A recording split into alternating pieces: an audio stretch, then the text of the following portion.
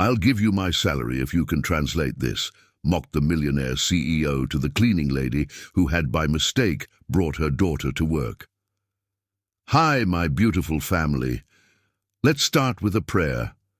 Dear God, please continue to guide my healing, strengthen my body, calm my heart, and bless my YouTube family, each soul who supports me with love, prayers, and kindness.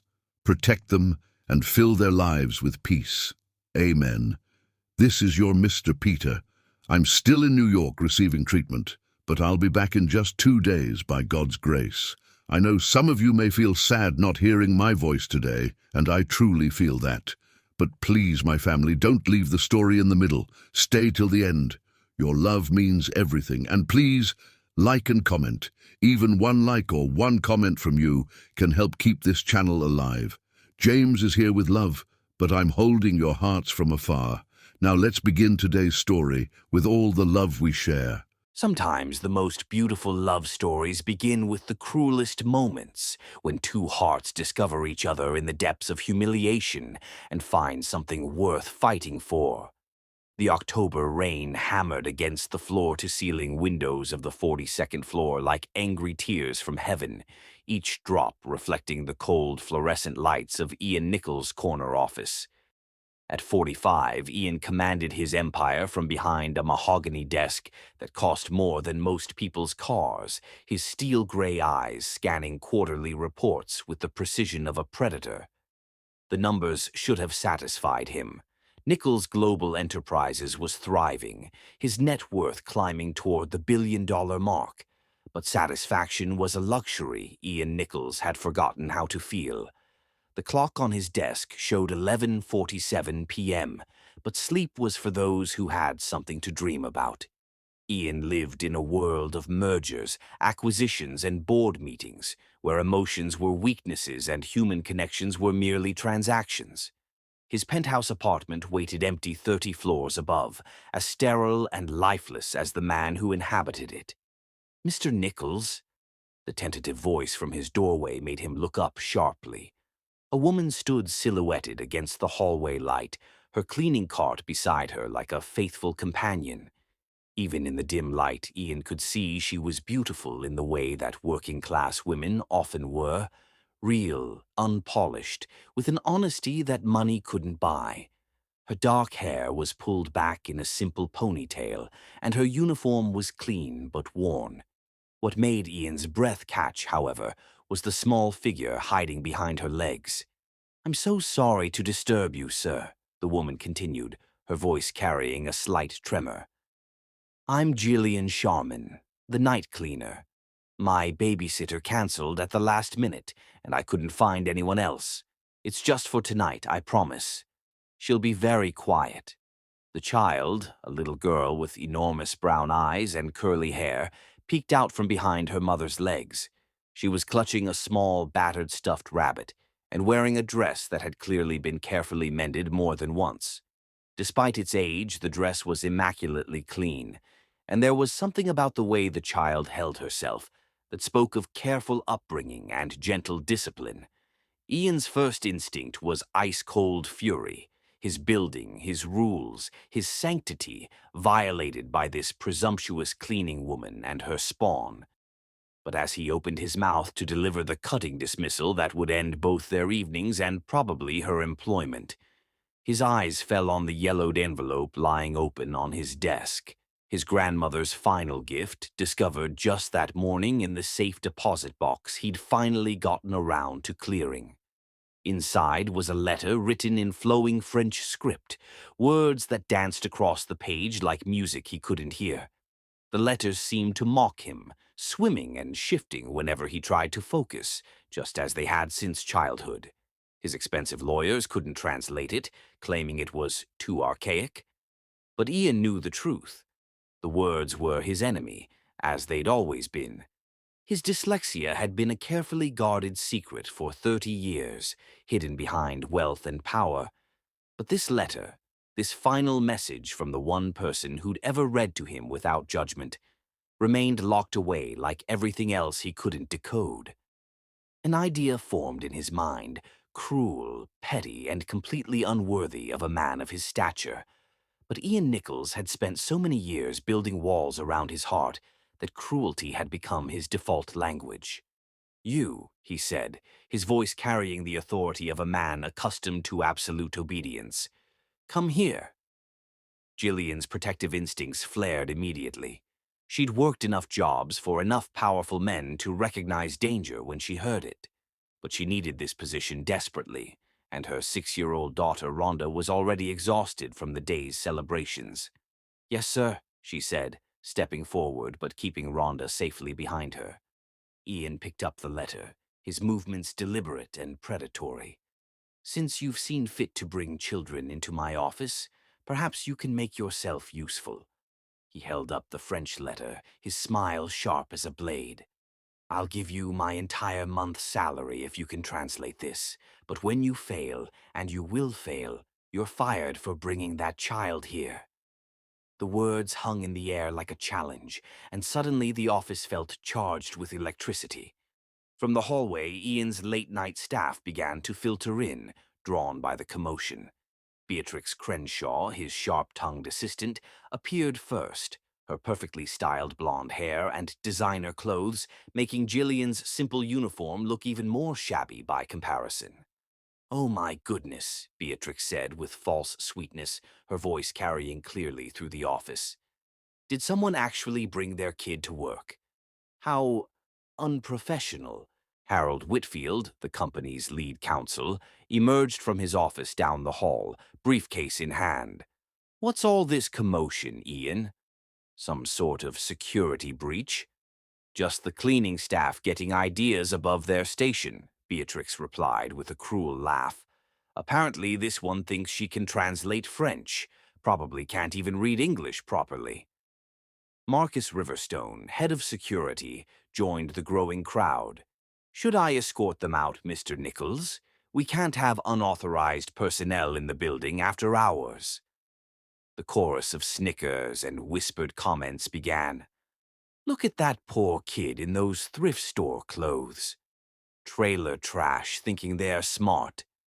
Probably welfare queens trying to scam their way into easy money. The child looks just as vacant as the mother." Each word was a carefully aimed arrow designed to wound, and Ian watched with cold satisfaction as Jillian's cheeks flushed red with humiliation. This was what happened when people forgot their place in his world. But something extraordinary happened next. Instead of crumbling, instead of fleeing with her daughter in tow, Jillian Sharman lifted her chin and stepped forward. Her brown eyes, which had seemed so gentle moments before, now blazed with quiet dignity and unmistakable intelligence.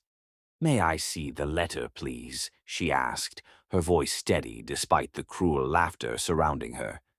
Ian handed it over with a smirk, expecting to enjoy watching her stumble through a few words before admitting defeat. The assembled crowd leaned in, vultures waiting to feast on her humiliation. Jillian took the letter with hands that didn't shake, despite the pressure of a dozen hostile eyes upon her. She studied it for a moment, her brow furrowing in concentration, and Ian found himself oddly transfixed by the way her lips moved silently as she parsed the archaic French. Then, in a voice that seemed to turn language into liquid gold, she began to read, "Ma chère épouse bien-aimée, mon cœur qui bat dans ma poitrine." The French flowed from her lips like poetry made audible, each word perfectly pronounced with an accent that spoke of true understanding, not mere memorization.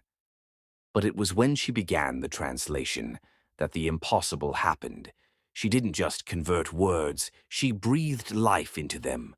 "My dearest beloved wife, my heart that beats within my chest. I write to you from the trenches of Normandy, where the guns never stop singing their terrible song. I have your photograph pressed against my heart, and it is the only thing that keeps the darkness at bay. Every morning I wake hoping this war will end, not because I fear death, but because I fear never holding you again, never kissing your sweet lips, never watching our children grow in the garden you planted behind our little house." For Ian, who had spent his life seeing words as enemies that shifted and swam before his eyes, watching this woman turn letters into love was like witnessing magic. She read words like music, and he'd been tone-deaf his whole life until this moment. The office had fallen completely silent. Even Beatrix's perpetual smirk had vanished, replaced by something approaching wonder. Gillian continued, her voice growing stronger with each word.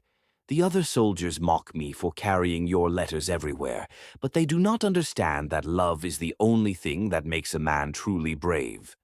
When I charge into battle tomorrow, it will not be for king or country. It will be for the promise of returning to your arms. If God wills that I should fall, know that my last thought will be of you, my darling Marie, and of the love that made my brief life worth living. Forever yours, Jean-Baptiste. The silence that followed was profound and sacred. Ian found himself staring at this woman, this cleaning lady he'd been prepared to humiliate, with something approaching awe. She had not just translated the words, she had brought them to life, revealing the aching love and desperate hope of a man who had died 80 years ago. It's dated June 5th, 1944, Gillian added quietly, folding the letter carefully. The day before D-Day. I suspect Jean-Baptiste never made it home to his Marie.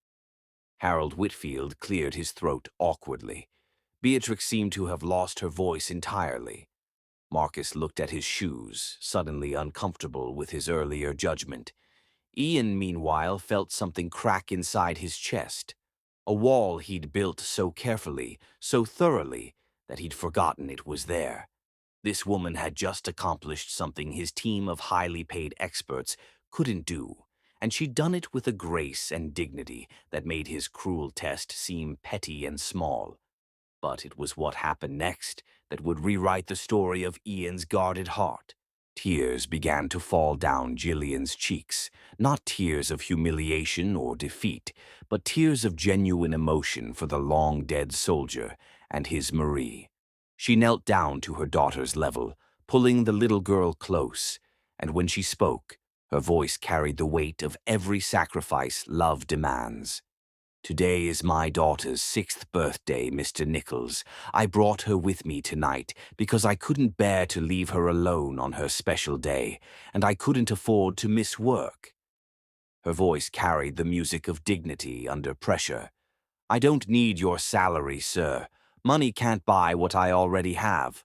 A daughter who loves me and a love that makes me rich beyond measure. I just wanted to buy her a cake tomorrow and maybe a small toy. Please don't fire me.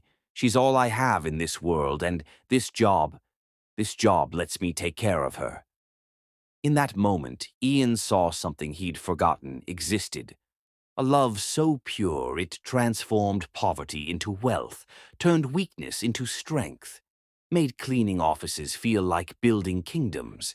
This woman possessed something his billions couldn't purchase, the ability to find light in darkness, to speak of love as if it were the only currency that mattered. The little girl, Rhonda, looked up at Ian with those enormous brown eyes, completely trusting despite the hostile crowd surrounding them. In that moment, Ian saw something he'd forgotten existed. Innocence, vulnerability, and the fierce protective love of a mother for her child.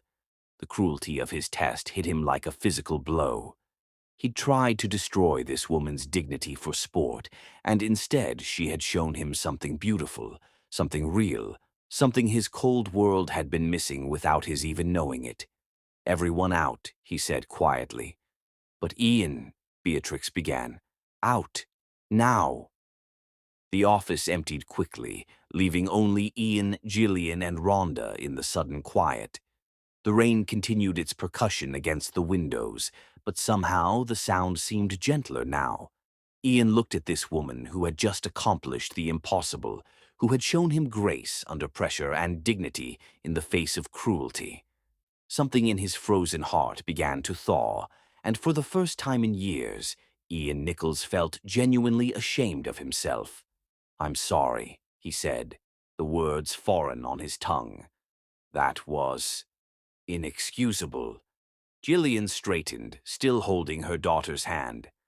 Thank you for not firing me, Mr. Nichols. We'll go now and let you get back to your work. As she turned to leave, Ian felt panic rise in his throat. He couldn't let her go, not yet. Not when she'd just shown him something he hadn't even known he was looking for. Wait, he called out, his voice rougher than he intended. Where did you learn to translate like that? Jillian paused at the doorway, her back still turned. I used to be a student, Mr. Nichols, a long time ago. And then she was gone, leaving only the lingering scent of lavender soap and the echo of ancient love letters in the air. Ian sat alone in his office, staring at the letter that had changed everything, and wondered what other secrets the woman with gentle eyes and hidden depths might be carrying. For the first time in 15 years, Ian Nichols went to sleep thinking about someone other than himself. Outside, the rain finally stopped, and the first stars began to appear through the breaking clouds. Chapter 2. The Scholar's Secret. Some hearts carry wounds so deep that only love can heal them, and some secrets are so beautiful that they transform everyone who discovers them. The morning sun painted Jillian's tiny studio apartment in shades of gold and hope, but she barely noticed as she stood at the kitchen counter, carefully counting the crumpled bills from her tip jar. $23.47, enough for a small birthday cake from the grocery store bakery and maybe a coloring book for Rhonda. It wasn't much, but it would have to be enough. Mommy, is it really my birthday? Rhonda's sleepy voice drifted from the pull-out couch they shared, her dark curls a tangled halo against the faded pillows. It really is, sweetheart, Jillian replied, forcing brightness into her voice as she turned to face her daughter. Happy 6th birthday, my beautiful girl. Rhonda scrambled out of bed, her nightgown, a hand-me-down from their neighbor's daughter, twisted around her small frame.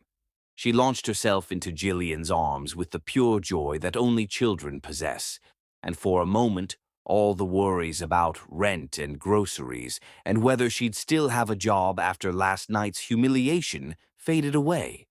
Can we have chocolate cake? Rhonda asked, her brown eyes, so much like her mother's, sparkling with anticipation.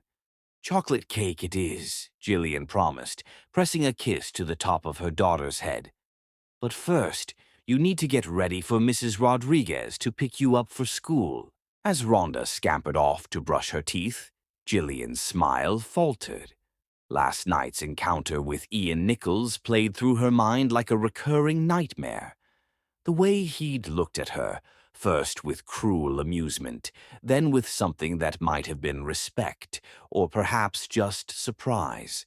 The laughter of his employees still echoed in her ears, each snicker a reminder of how far she'd fallen from the life she'd once imagined for herself. I used to be a student, Mr. Nichols, a long time ago. The words had escaped before she could stop them, a glimpse into a past she'd worked so hard to bury. But standing in that office, surrounded by hostile faces and cruel whispers, she'd felt like that girl again. The one who used to lose herself in dusty library stacks, who dreamed of teaching literature to bright-eyed students, who believed that love and intelligence could conquer anything. She'd been such a fool. 7 years earlier, Harvard University. The Widener Library had been Jillian's sanctuary, a cathedral of knowledge where she could escape the modest apartment she shared with 3 other scholarship students. At 23, she was the golden girl of the literature department, summa cum laude, recipient of the prestigious Thornwell Fellowship and already accepted to the PhD program with a full research assistantship. There's my brilliant girl, Christopher Manning had whispered that October afternoon, sliding into the chair beside her in the library's reading room. Even now, 8 years later, Jillian could still remember the way her heart had skipped at his words, the way his perfectly styled blonde hair caught the light filtering through the tall windows. Christopher was everything she'd never dared dream she could have, heir to the Manning shipping fortune, president of the Harvard Social Club, devastatingly handsome in the way that only came from generations of good breeding and better nutrition. That he'd chosen her, a scholarship student from a working-class family in Baltimore, had seemed like a miracle. "I have news," he'd said, his blue eyes dancing with excitement. "Father's agreed to let me take you to the autumn gala next weekend. The whole Boston elite will be there, senators, judges, old money families. You'll need a new dress, of course." Jillian had protested about the expense, but Christopher had waved her concerns away with the casual generosity of someone who'd never worried about money. "Consider it an early Christmas gift," he'd said, pulling her into his arms right there in the library. "I want to show you off, Gil. I want everyone to see how lucky I am." Those had been the golden months, stolen kisses between classes, weekend trips to the Manning family estate in the Hamptons, quiet evenings when Christopher would read her poetry by firelight in his dormitory room. He'd made her feel cherished, protected, like she was the heroine of her own fairy tale. The pregnancy test had changed everything. "You're certain?" Christopher had asked, his face draining of color as they sat in his car outside the campus health center. "Positive," Jillian had whispered, her hands shaking as she showed him the results. "But it's okay, Christopher. We'll figure this out together. Maybe we can move up the wedding." "Wedding?" The word had come out sharp, almost angry. "Jillian, we're not. I mean, we never talked about marriage. We're just kids ourselves." The first crack had appeared in her fairy tale then, small but significant. "I thought, the way you talked about our future, about introducing me to your family." "As my girlfriend," Christopher had said carefully. "Not my. Gil, you have to understand. My family has expectations. There are traditions, responsibilities. I can't just—" In her naive trust, Jillian had never questioned the timing, never doubted that the child was his. They'd been exclusive for months, or so she'd believed. Only later would she realize that Christopher's business trips and family obligations had provided ample opportunity for other relationships. He'd never finished that sentence, but Jillian had heard the unspoken words anyway. "I can't just marry a scholarship student and throw away my inheritance." The Manning family had acted swiftly and ruthlessly. First came the lawyers, offering her money, enough to take care of the problem and finish her education in comfort. When she'd refused, the threats had begun. Christopher's father had connections everywhere, on the Harvard Board of Trustees, in the academic world, in the media. One word from him could destroy her future before it began. "Just sign the papers, Jillian," Christopher had pleaded during their final meeting, his eyes refusing to meet hers.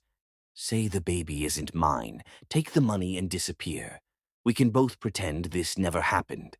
"How can you ask me to do that?" she'd whispered, her hand instinctively moving to her still flat stomach.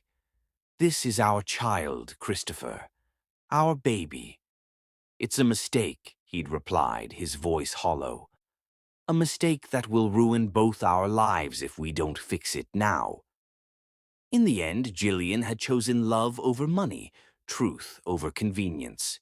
But Christopher had chosen differently. He'd signed a legal document denying paternity.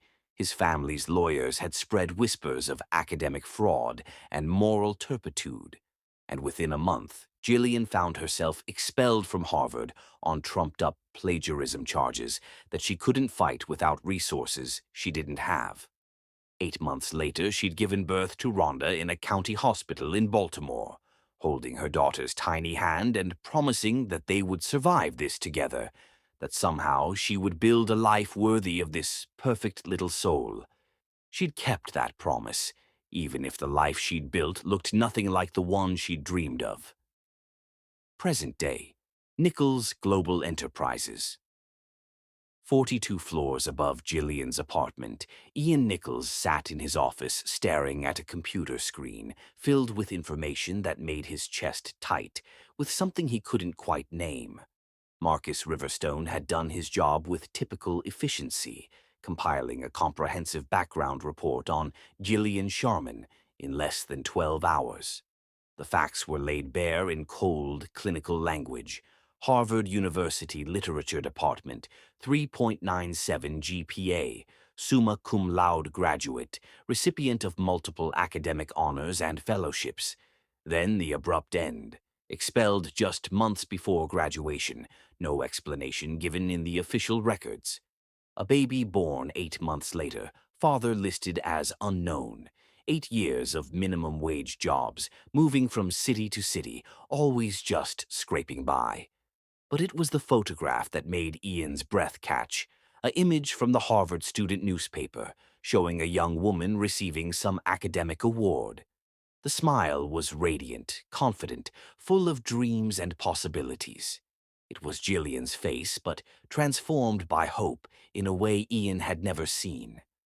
What had happened to steal that light from her eyes? "Sir?" Beatrix appeared in his doorway, her usual smugness replaced by something more cautious. "I have the Morrison contract ready for your review." Ian barely glanced up. "Later." "But the deadline." "I said later." The snap in his voice made Beatrix retreat hastily, leaving Ian alone with his growing obsession. He couldn't stop thinking about last night, the way Gillian had stood so straight despite the cruelty surrounding her, the way she'd translated that letter with such emotion and skill, the way she'd put her daughter's needs above her own dignity. When was the last time someone had impressed him so thoroughly? When was the last time anyone had surprised him at all? More importantly, when was the last time he'd felt genuinely ashamed of his own behavior? The little girl's face haunted him too, those trusting brown eyes, the careful way she'd held her battered stuffed rabbit, the birthday dress that had clearly been mended with love and hope. Today was her birthday, and here he was, a billionaire sitting in his ivory tower, while that child was celebrating with whatever her mother could scrape together. The thought made him sick. Ian picked up his phone and dialed. "Marcus, I need you to do something for me, discreetly." "Of course, sir. I want you to go to FAO Schwartz.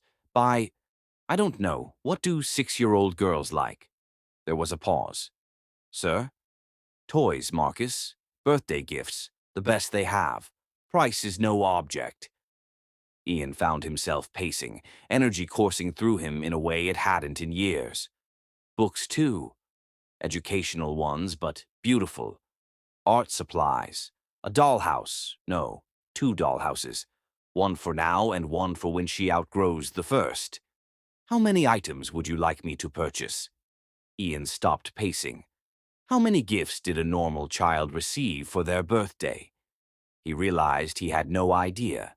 His own childhood birthdays had been cold, formal affairs, expensive gifts presented by servants, consumed in silence while his parents worked.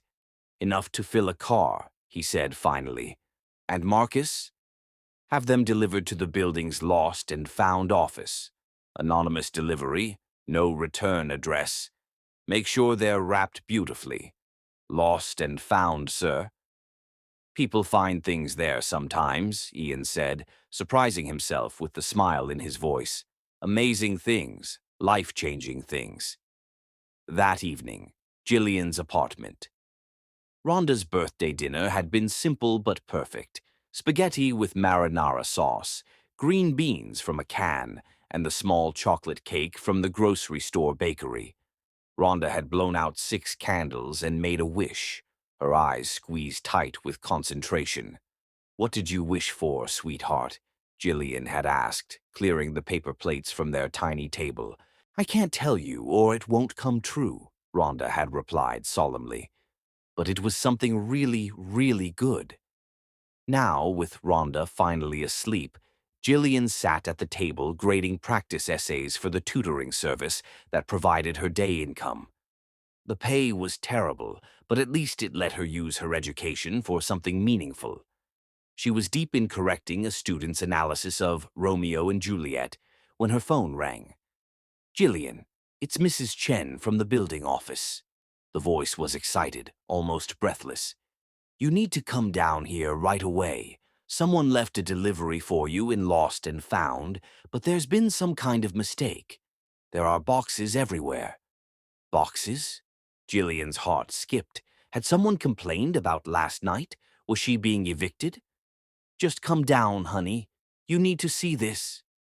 Jillian threw on her robe and slipped downstairs, leaving Rhonda sleeping peacefully. The building's small lost and found office was blazing with light, and Mrs. Chen was standing in the doorway with the expression of complete bewilderment. "I don't understand it," the older woman said, gesturing helplessly at the room behind her. "Someone called this morning, said they were delivering items for the lost and found. I thought maybe it was a few boxes of old clothes or something, but this—" Jillian stepped into the room and gasped. The small space was filled floor to ceiling with beautifully wrapped presents in pink and gold paper, each one tied with silk ribbons. There had to be dozens of them, some small enough to hold in one hand, others large enough that she'd need help carrying them. A card attached to the largest box simply read, "For the birthday girl who deserves magic." "There's no name," Mrs. Chen said, her voice full of wonder. "No return address. Someone just wanted a little girl to have the most amazing birthday in the world." Jillian's vision blurred with tears. She'd spent 6 years struggling to give Rhonda everything she needed, often failing to provide what she wanted. Now, suddenly, impossibly, someone had filled this room with miracles. "Can you help me get them upstairs?" she whispered. It took 4 trips to carry everything to their apartment. Jillian arranged the gifts around the pull-out couch where Rhonda slept, transforming their humble home into something magical. There were doll houses and art supplies, books and puzzles, dress-up clothes fit for a princess, and toys Jillian had only dreamed of buying. As she placed the last present, a beautiful wooden jewelry box with a dancing ballerina, next to Rhonda's pillow, Jillian felt something crack open in her chest.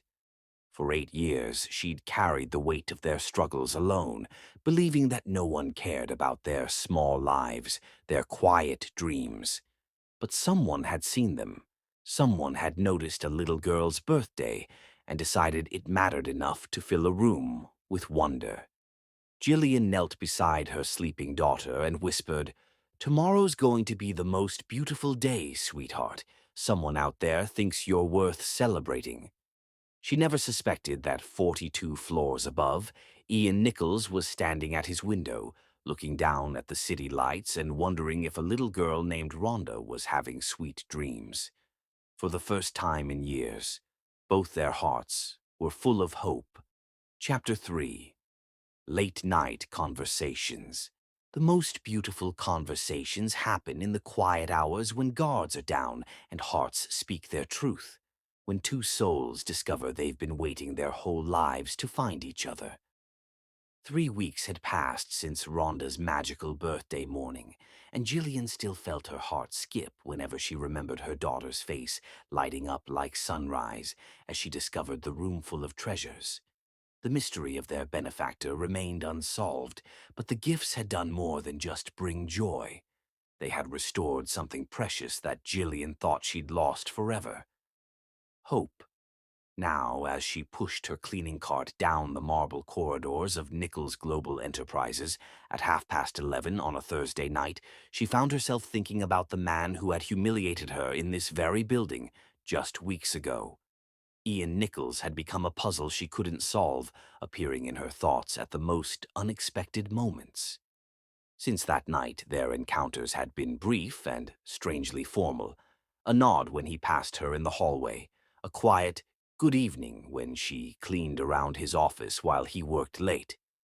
Gone was the cruel mockery, replaced by something that looked almost like guilt, respect. Jillian couldn't be sure, but she'd caught him watching her sometimes, with an expression she couldn't decipher. Tonight felt different, though. The building hummed with an unusual energy, and as Jillian approached the executive floor, she could see light spilling from Ian's corner office like golden honey. She paused outside his door, vacuum cleaner in hand, uncertain whether to interrupt. "Come in." His voice was quieter than she remembered, lacking the sharp edge of command that had terrified her before. Gillian entered to find Ian standing at his floor-to-ceiling windows, silhouetted against the glittering tapestry of Manhattan at night. He'd loosened his tie and rolled up his shirt sleeves, and something about his relaxed posture made him seem more human, less like the untouchable billionaire, and more like a man who might be lonely.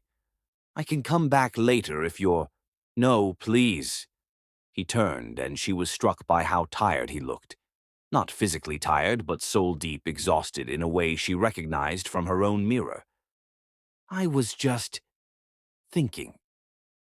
Gillian began her routine, dusting the furniture with practiced efficiency while stealing glances at him. He'd settled into the leather chair beside his bookshelf, and she couldn't help but notice the titles: philosophy, literature, poetry, mixed in with the business texts. Surprising choices for a man she'd assumed cared only for profit margins. "Les fleurs du mal," she said softly, her fingers tracing the spine with reverence. "Baudelaire. Beauty is the sole legitimate province of the poem. I wouldn't have expected—" Ian felt the familiar shame rise in his throat. "You wouldn't have expected a man like me to appreciate poetry? I can't properly read." The words escaped before he could stop them, and Gillian turned, seeing something vulnerable flicker across his features.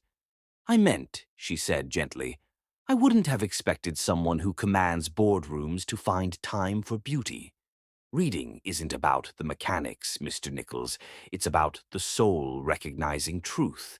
Some people see words, others feel them." Her response was like a key turning in a lock he'd thought was rusted shut forever. "I've always been better at feeling them than seeing them," he admitted quietly. "Then you understand poetry better than most," Gillian said, and for the first time in 30 years, Ian felt his dyslexia wasn't a weakness to hide, but simply another way his mind worked. "Once upon a time," she admitted, moving to dust the desk that separated them. "A lifetime ago." "What happened?" The question hung in the air between them, loaded with implications.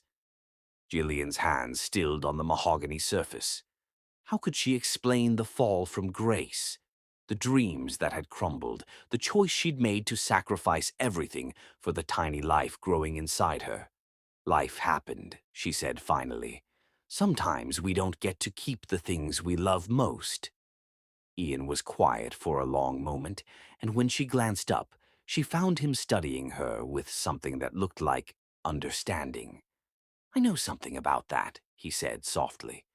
Against every instinct screaming at her to maintain professional distance, Gillian found herself asking, "Do you know about losing things you love?" A shadow crossed his features. "I lost my parents when I was 25, car accident on their way to my graduation from business school. I thought I'd have time to make them proud of me, time to show them that their investment in my education had been worth it." He paused, his fingers tracing the edge of a silver frame on his desk. "I threw myself into building this company afterward, told myself it was what they would have wanted. But sometimes I wonder if I was just running from the pain." The vulnerability in his admission took Gillian's breath away. Here was the man who commanded boardrooms and struck fear in his competitors, revealing the wounded son who still carried his parents' loss like a stone in his chest. "I'm sure they would have been proud," she said gently. "Look what you've built. How many people you employ. How many lives you've touched." Ian's laugh was bitter. "Have I touched lives? Or have I just accumulated wealth while keeping everyone at arm's length?" He gestured around the opulent office. "Sometimes I wonder if this is all there is. Endless meetings, contracts, acquisitions. I can't remember the last time I felt connected to anything real." Something in his tone broke Gillian's heart. She'd been so focused on survival, on being strong for Rhonda, that she'd forgotten there were different kinds of poverty. This man had everything money could buy and nothing that actually mattered. Connection isn't about grand gestures, she heard herself saying.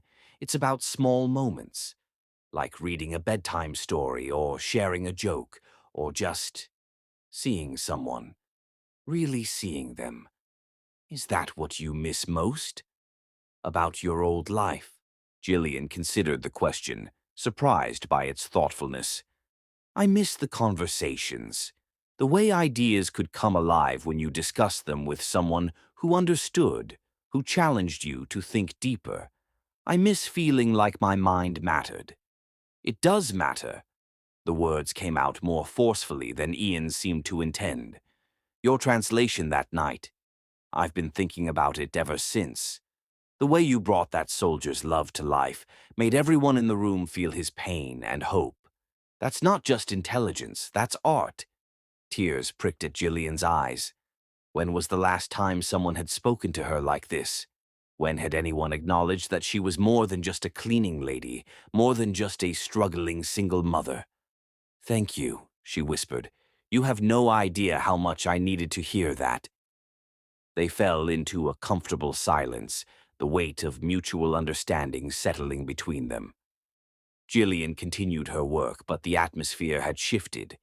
The formal distance was dissolving, replaced by something warmer, more intimate. Tell me about your daughter, Ian said suddenly. Rhonda, isn't it? Jillian's face lit up instantly. She's incredible.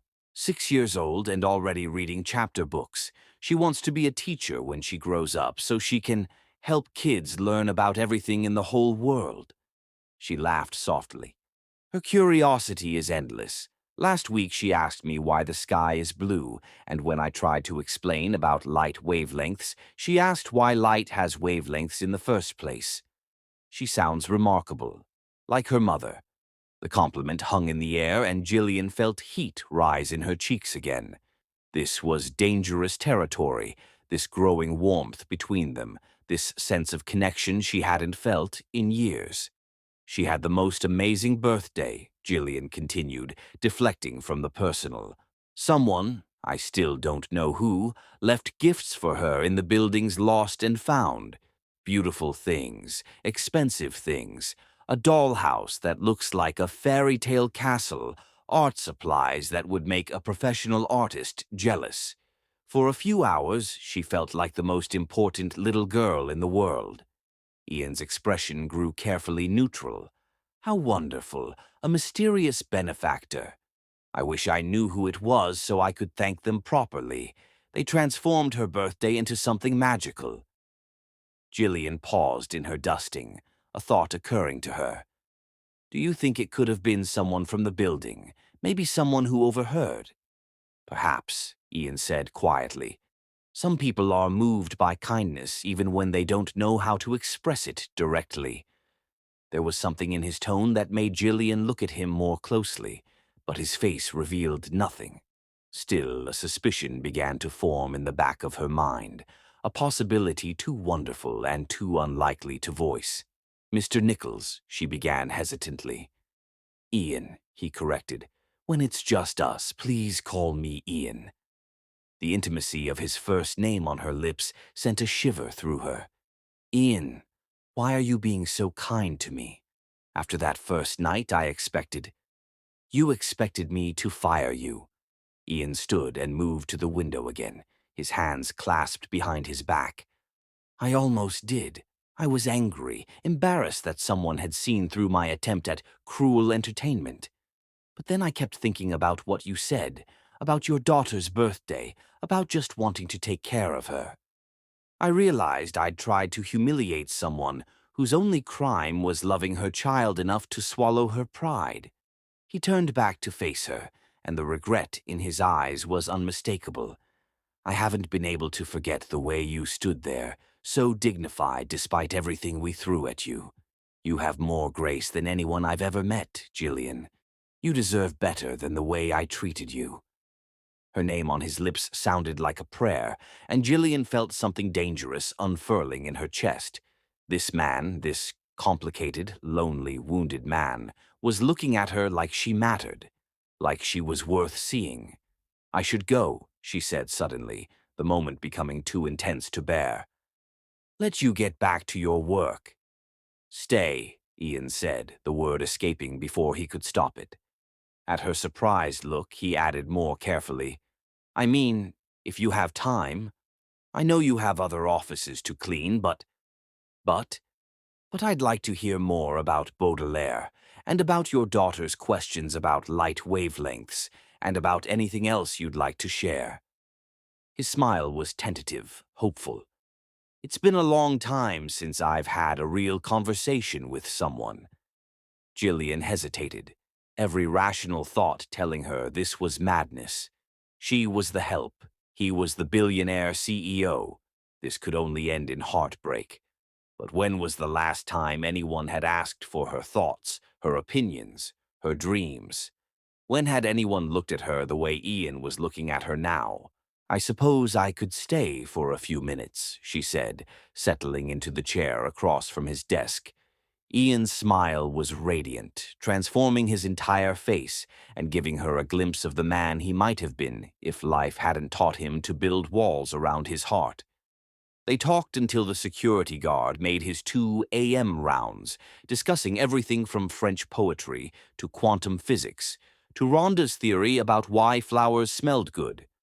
So the bees will want to visit them and accidentally carry flower powder to their friends.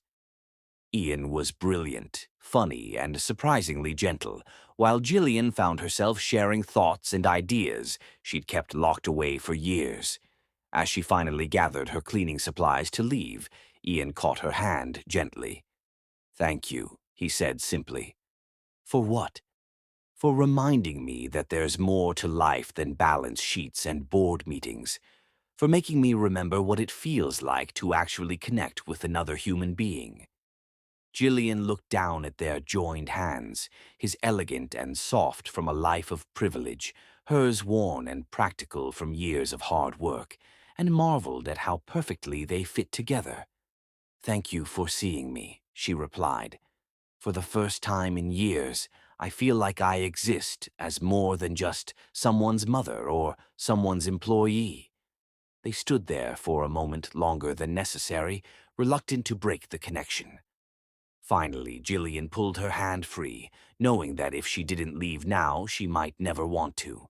As she walked towards the elevator, she heard Ian call softly behind her. "Same time tomorrow night." She turned back, seeing hope and uncertainty warring in his expression. Against every instinct of self-preservation, she smiled. "I'd like that very much." The elevator doors closed between them, but Jillian could still feel the warmth of his hand on hers, could still see the way his eyes had lit up when she agreed to return. For the first time since Christopher's betrayal, she found herself looking forward to tomorrow. 42 floors below, she stepped out into the night air, unaware that Ian was still standing at his window, watching her small figure disappear into the city lights and counting the hours until he could see her again. Chapter 4. The Unexpected Proposal. When love begins to blossom, even the most practical arrangements can become the foundation for something beautiful and true. The morning light filtering through the executive floor's windows caught the dust motes dancing in the air like tiny stars, but Ian's attention was completely focused on the woman kneeling beside his bookshelf, carefully organizing the volumes that had somehow become scattered during their late-night conversations over the past 2 weeks. Jillian moved with quiet grace, her slender fingers trailing along the leather spines as she arranged them by author. She'd abandoned her cleaning cart 20 minutes ago in favor of what she called proper literary organization, and Ian found himself mesmerized by the way her face lit up when she discovered a particularly beloved title.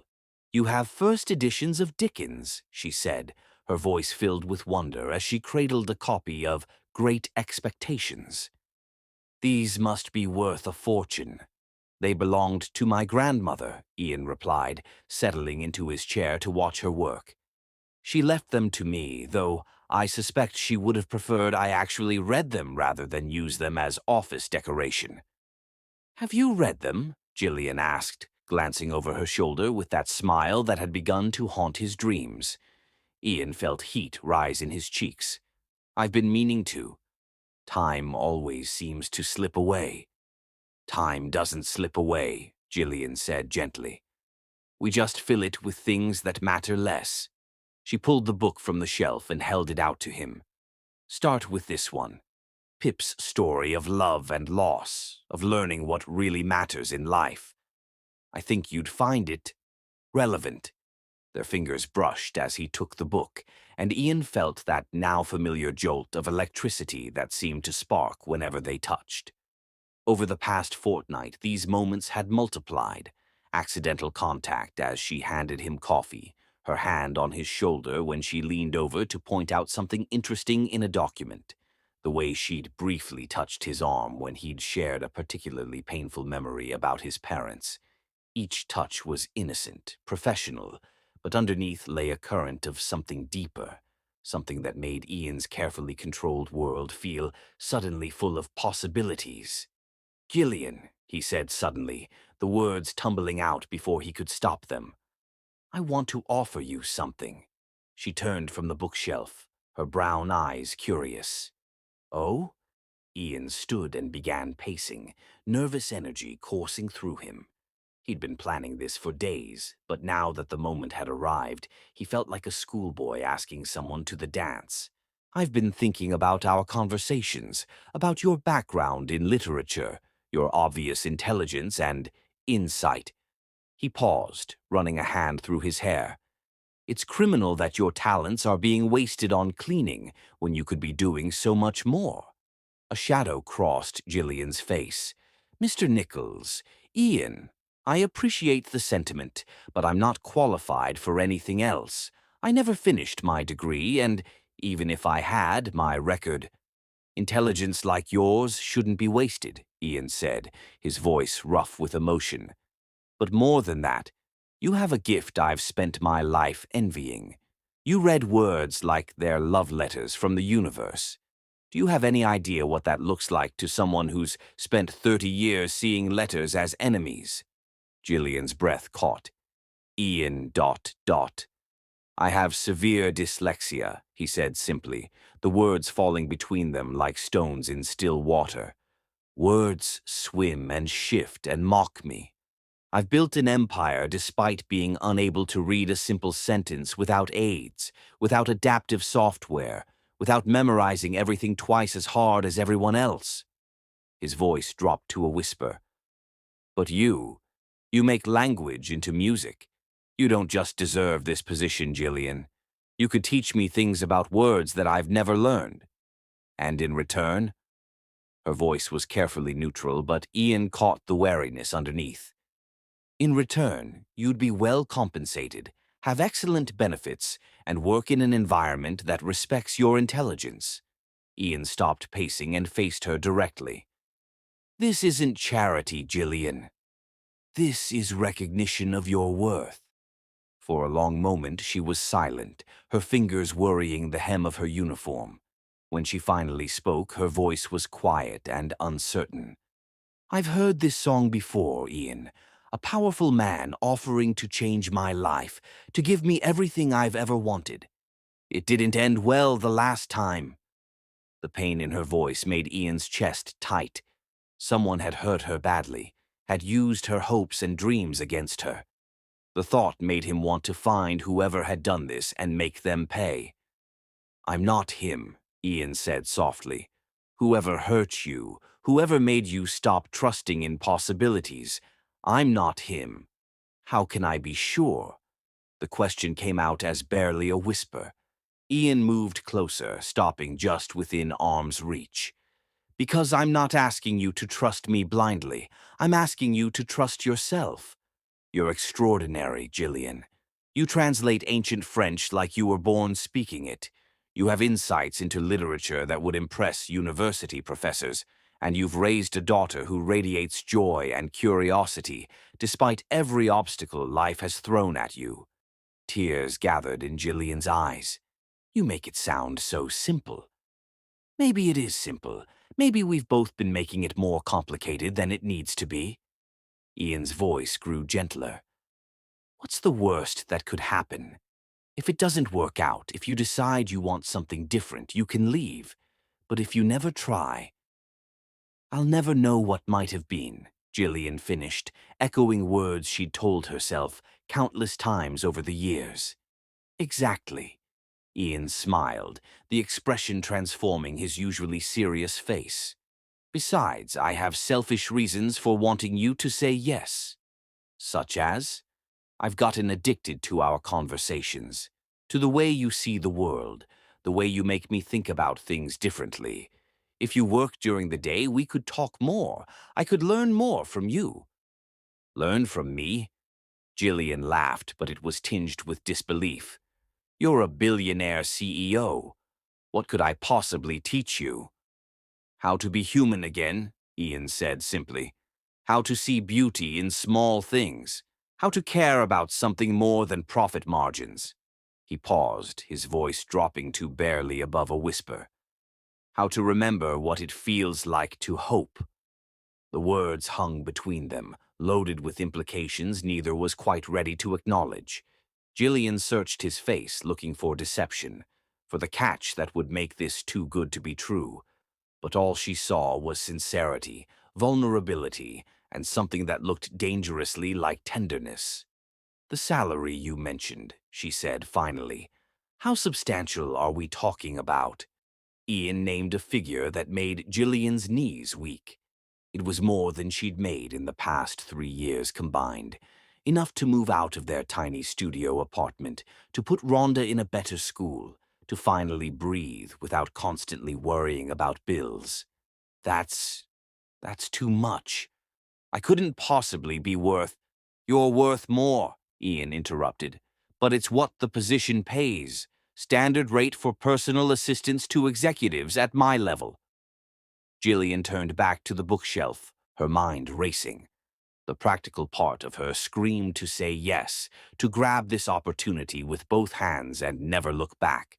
But the scared part, the part that still carried Christopher's betrayal like a scar, whispered warnings about powerful men and their promises.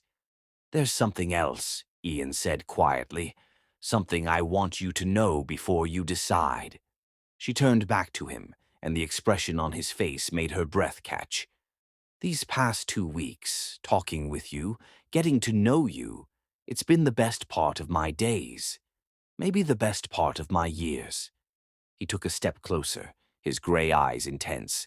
I'm not offering you this job because I pity you or because I want something from you.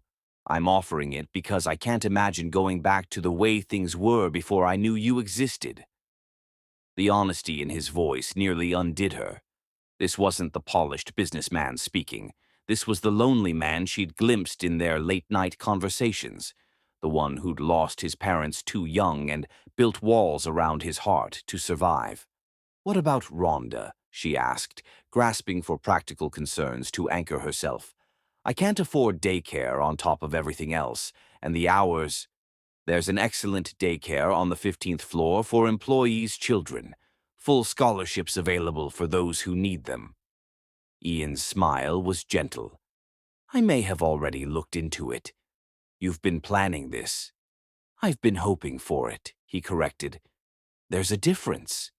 Jillian closed her eyes, feeling the weight of decision pressing down on her. Every instinct told her this was too risky, too much like the fairy tale that had shattered her world before. But when she opened her eyes and saw Ian watching her with such careful hope, she realized that maybe, just maybe, some fairy tales were worth the risk. I have conditions, she said finally. Relief flooded Ian's features. Name them. If I take this job, it's because I'm qualified, not because you feel sorry for me. I won't be treated differently because of whatever this is between us. Agreed. And Rhonda comes first. Always. If she needs me, if there's an emergency, if she's sick. She comes first, Ian confirmed. I wouldn't expect anything less from someone who loves as fiercely as you do. Jillian took a deep breath. Then yes, I'll take the job. Ian's smile was radiant, like sunrise breaking over the Manhattan skyline. Thank you. You won't regret this, I promise. I hope not, Jillian said softly, her heart hammering against her ribs. Because I'm terrified that I'm making the biggest mistake of my life. Or, Ian said, moving close enough that she could see the gold flecks in his gray eyes, maybe you're about to start the most beautiful chapter yet. As she looked into his face, seeing hope and something deeper reflected there, Jillian thought that maybe, just maybe, he was right. Chapter 5. Falling Deeper. Love doesn't announce itself with trumpets and fanfare. It creeps in quietly through shared smiles, gentle touches, and the gradual realization that your heart has chosen its home. The transformation had been miraculous. In just 3 weeks since accepting Ian's offer, Jillian's entire world had shifted from black and white into brilliant technicolor. Gone were the midnight cleaning shifts and the constant worry about making ends meet. In their place was a life she'd never dared imagine, working in a sunlit office, using her mind for meaningful tasks, and watching Rhonda blossom in the building's exceptional daycare program. But the most remarkable change wasn't in her circumstances, it was in the way Ian looked at her now. The Morrison contract needs these clauses revised, Ian said, sliding a document across his desk to where Jillian sat, her laptop open and ready. Your insights yesterday about the ambiguous language in Section 12 were brilliant.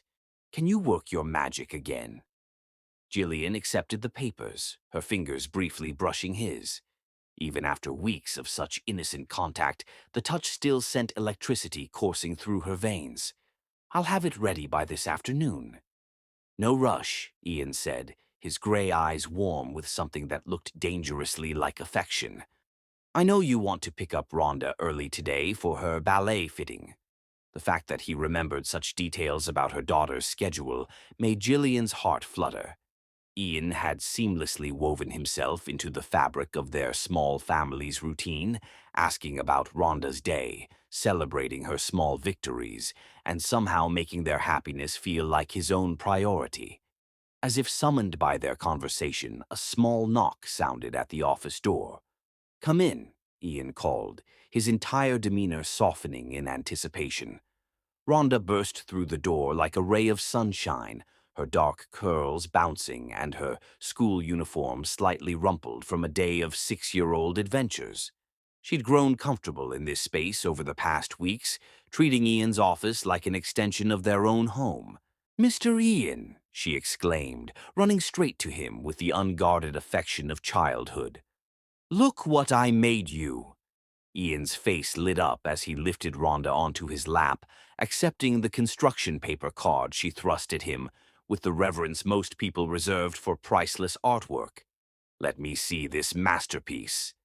Jillian watched from her chair, her heart swelling as Ian carefully examined Rhonda's creation, a wonky house drawn in crayon with 3 stick figures standing in front, a tall one, a medium one, and a tiny one with curly hair. That's you, and that's Mommy, and that's me, Rhonda explained, pointing to each figure. We're all together at our house. Our house, Ian repeated softly, his voice thick with emotion. Well, it's not our house yet, Rhonda amended with 6-year-old practicality. But maybe someday. Mommy says someday we might have a house with a yard where I can plant flowers and maybe get a puppy. Jillian felt heat rise in her cheeks. Rhonda, sweetheart, you can't just assume. I think that sounds like a wonderful dream, Ian interrupted gently, his eyes meeting Jillian's over Rhonda's head. Everyone should have a house with a yard and room for puppies. Do you have a puppy, Mr. Ian? Rhonda asked, settling more comfortably in his lap. No, I don't. My apartment is too small for pets. Rhonda looked at him with the kind of pity only children could express. That's very sad. Everyone needs something soft to cuddle. Ian's arms tightened around the little girl, and Jillian saw something vulnerable flicker across his features. You're absolutely right. I've been missing something soft to cuddle. The tenderness in his voice made Jillian's breath catch. This powerful man who commanded boardrooms and struck million-dollar deals was being undone by a 6-year-old's simple wisdom and artless affection. "Maybe you could share mine sometimes," Rhonda offered generously. "I have Mr. Bunny, and he's very good at cuddling. He might not mind if you borrowed him when I'm sleeping." "That's very generous of you," Ian said seriously. "I'd be honored to borrow Mr. Bunny for cuddles." Watching them together, Rhonda's small hands gesturing animatedly as she told Ian about her day, his patient attention to every word, the way he smoothed her curls with unconscious gentleness, Gillian felt her carefully constructed defenses crumbling. This wasn't the cold businessman who'd tried to humiliate her months ago. This was a man learning to love and being transformed by it. "Mommy, can Mr. Ian come to my ballet recital on Saturday?" Rhonda asked suddenly, turning to face Gillian with pleading eyes. "All the other kids have daddies coming, and I know Mr. Ian isn't my daddy, but maybe he could pretend just for the recital." The innocent request hit Gillian like a physical blow. In all her efforts to give Rhonda a stable, loving home, she'd never been able to fill the father-shaped hole in her daughter's life. Now, here was Ian, who'd somehow slipped into that role so naturally that Rhonda was asking him to play the part officially. "Sweetheart," Gillian began carefully, "Mr. Ian is very busy and—" "I'd love to come," Ian said quietly, his eyes never leaving Gillian's face. "If your mother agrees, there's nothing I'd rather do on Saturday than watch you dance." "Really?" Rhonda bounced in his lap with excitement. "You'll come see me be a butterfly." "I wouldn't miss it for the world," Ian promised, and Gillian could see he meant every word. After Rhonda skipped back to daycare, promising to practice her butterfly steps, an awkward silence settled over the office. Gillian busied herself organizing files, acutely aware of Ian's gaze following her movements. "You don't have to come to the recital," she said finally, not looking up from her papers. "I know Rhonda put you on the spot." "She didn't put me on the spot." Ian's voice was gentle but firm. "I want to be there, Gillian. I want to be part of this, part of her life, part of yours." The words hung between them, loaded with implications that made Gillian's heart race. "Ian, ... I know this is complicated," he continued, rising from his desk to move closer to her.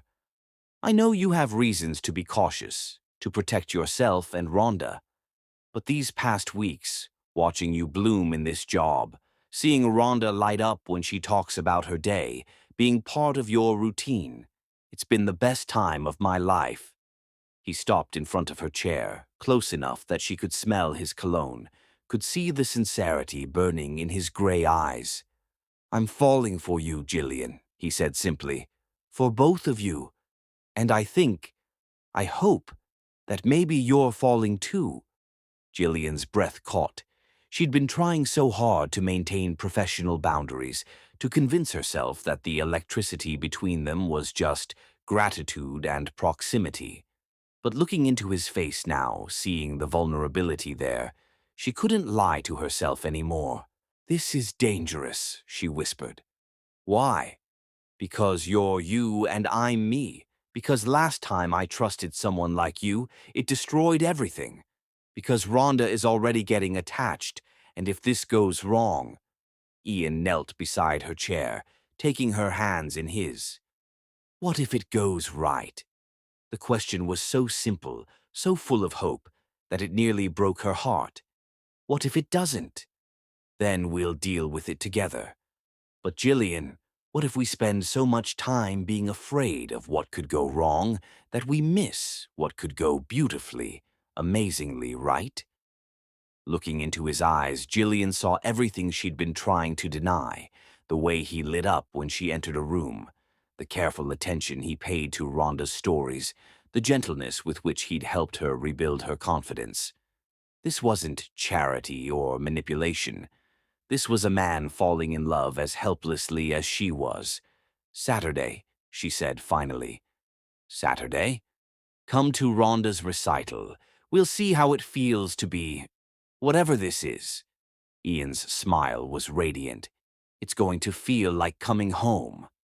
As he leaned forward, his intention clear, Jillian felt her last defenses crumble. Their first kiss was soft, tentative, a question rather than a demand.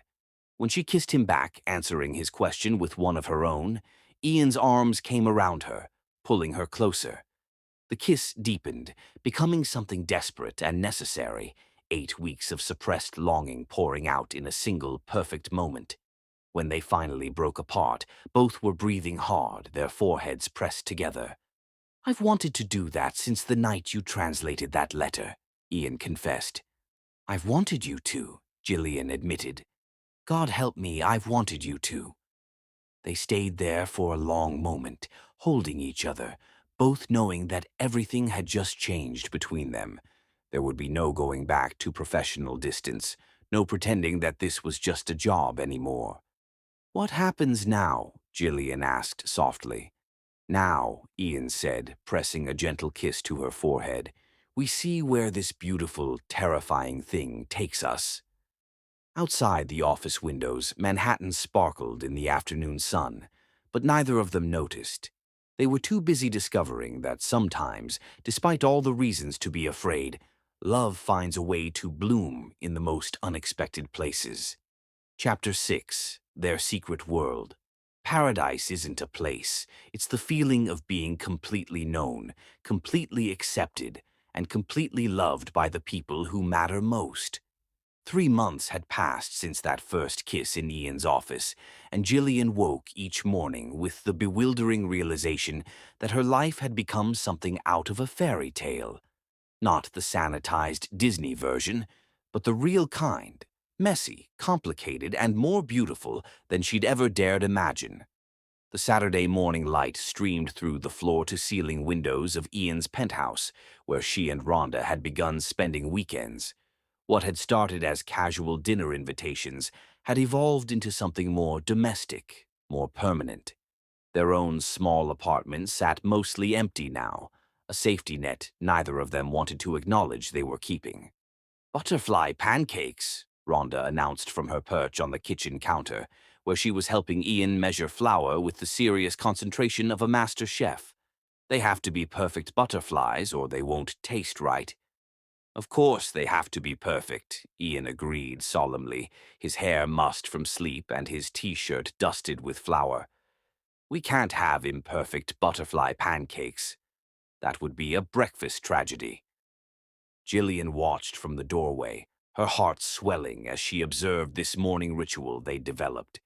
Ian, who commanded billion-dollar corporations before most people had their coffee, was completely focused on helping a 6-year-old create the perfect butterfly-shaped pancakes. "Mommy," Rhonda spotted her and beamed. "Look what Mr. Ian taught me. You put the batter in a squeeze bottle and draw the wings first, then the body. It's like art you can eat." "It's beautiful, sweetheart," Jillian said, moving into the kitchen and accepting the coffee Ian handed her, perfectly prepared with the exact amount of cream she preferred. Such small attentions, accumulated over weeks, had become the foundation of something profound. "Your turn," Ian said, offering her the squeeze bottle with a playful grin. "Show us your artistic skills." "I'm terrible at this kind of thing," Jillian protested, but she accepted the bottle anyway. Under Ian's patient guidance and Rhonda's enthusiastic coaching, she managed to create something that vaguely resembled a butterfly. "It's perfect," Ian declared, his hand settling on the small of her back in the casual, intimate way that had become second nature. "A masterpiece." "You're biased," Jillian laughed, leaning into his touch. "Completely," he agreed, pressing a soft kiss to her temple. "Hopelessly, embarrassingly biased." These were the moments that undid her, not the expensive dinners or lavish gifts, but the quiet domesticity of Saturday morning pancakes, the way Ian looked at Rhonda like she was the most fascinating person in the world, the gentle touches that spoke of belonging. After breakfast, they settled in the living room for what had become their weekend tradition.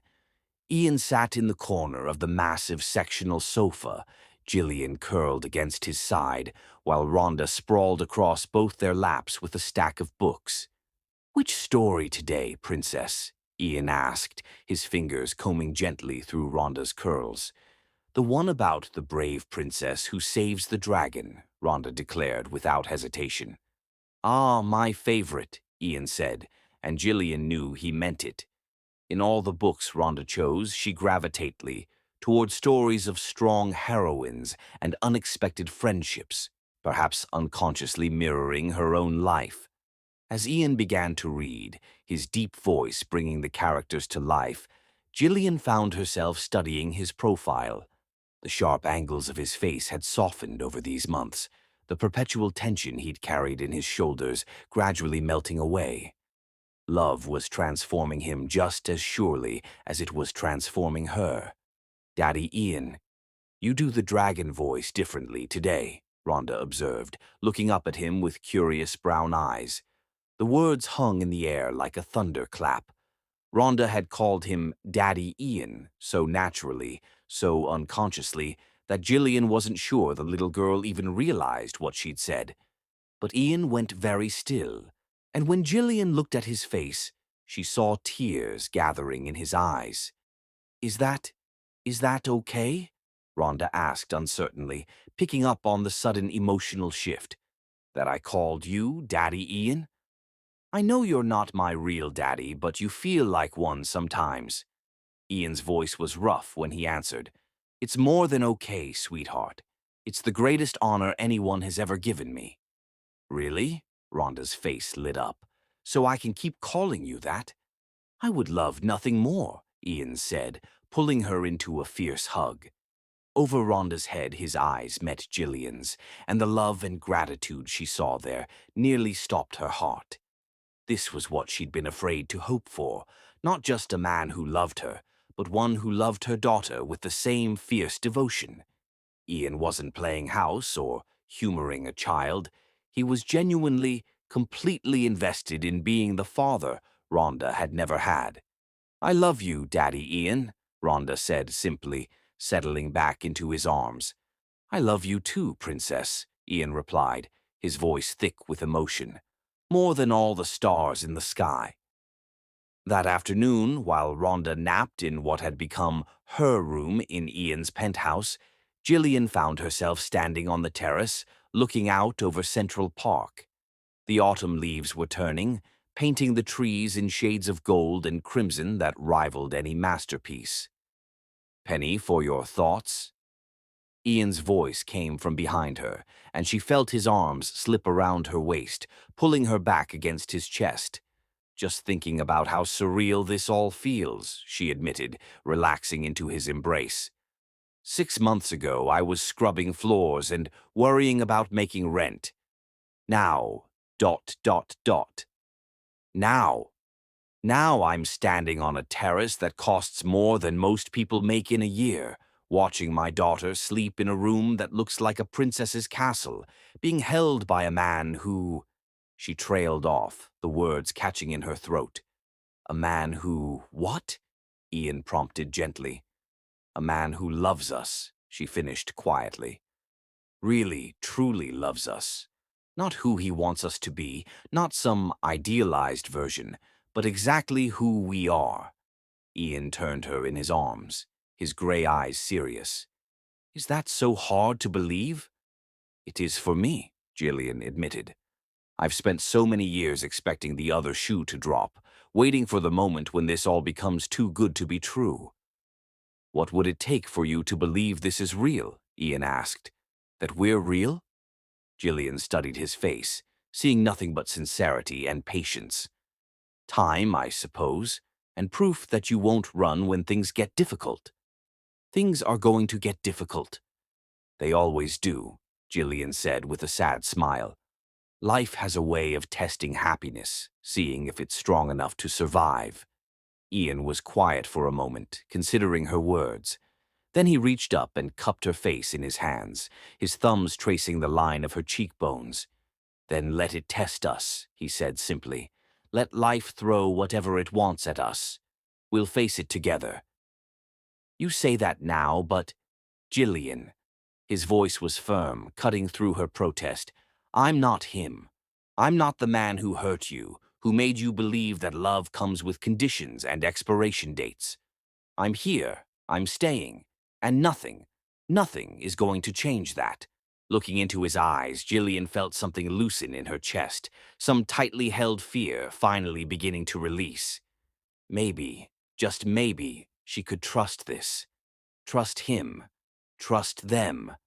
"I love you," she said, the words slipping out before she could second-guess them. Ian's smile was radiant. "Say it again. I love you, Ian Nichols. Despite every reason I had to protect my heart, despite every fear I've carried, I love you. And I love you, Jillian Sharman. I love your strength and your vulnerability, your brilliant mind and your generous spirit. I love the way you make pancakes into art and the way you read bedtime stories with different voices for every character. I love that you see beauty in old books and hope in impossible situations." His voice dropped to a whisper. "And I love that you trusted me enough to let me into your world, to let me love your daughter, to let me become part of your family." Their kiss was different this time, not the desperate passion of new lovers, but something deeper, more settled. The kiss of two people who had chosen each other, who were ready to build something lasting. When they broke apart, both were smiling. "What happens now?" Jillian asked, echoing the question she'd posed months ago in his office. "Now we keep building," Ian said. "Day by day, moment by moment, we keep building this beautiful life together." From inside the penthouse, they heard Rhonda's voice calling for them, and they turned toward the sound with matching smiles. "Coming, princess," Ian called back, his hand finding Jillian's as they walked toward their daughter. Their daughter. The thought sent warmth flooding through Jillian's chest. Somewhere along the way, they'd stopped being three separate people and had become something new, a family. As they rejoined Rhonda, who was rubbing sleepy eyes and asking for juice, Jillian marveled at the ordinary magic of the moment.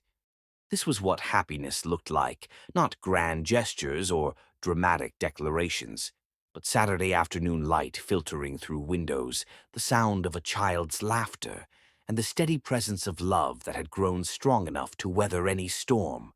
Outside the penthouse windows, Manhattan hummed with its usual energy, but inside their small sanctuary, time seemed to slow, allowing them to savor every precious moment of their unexpected paradise.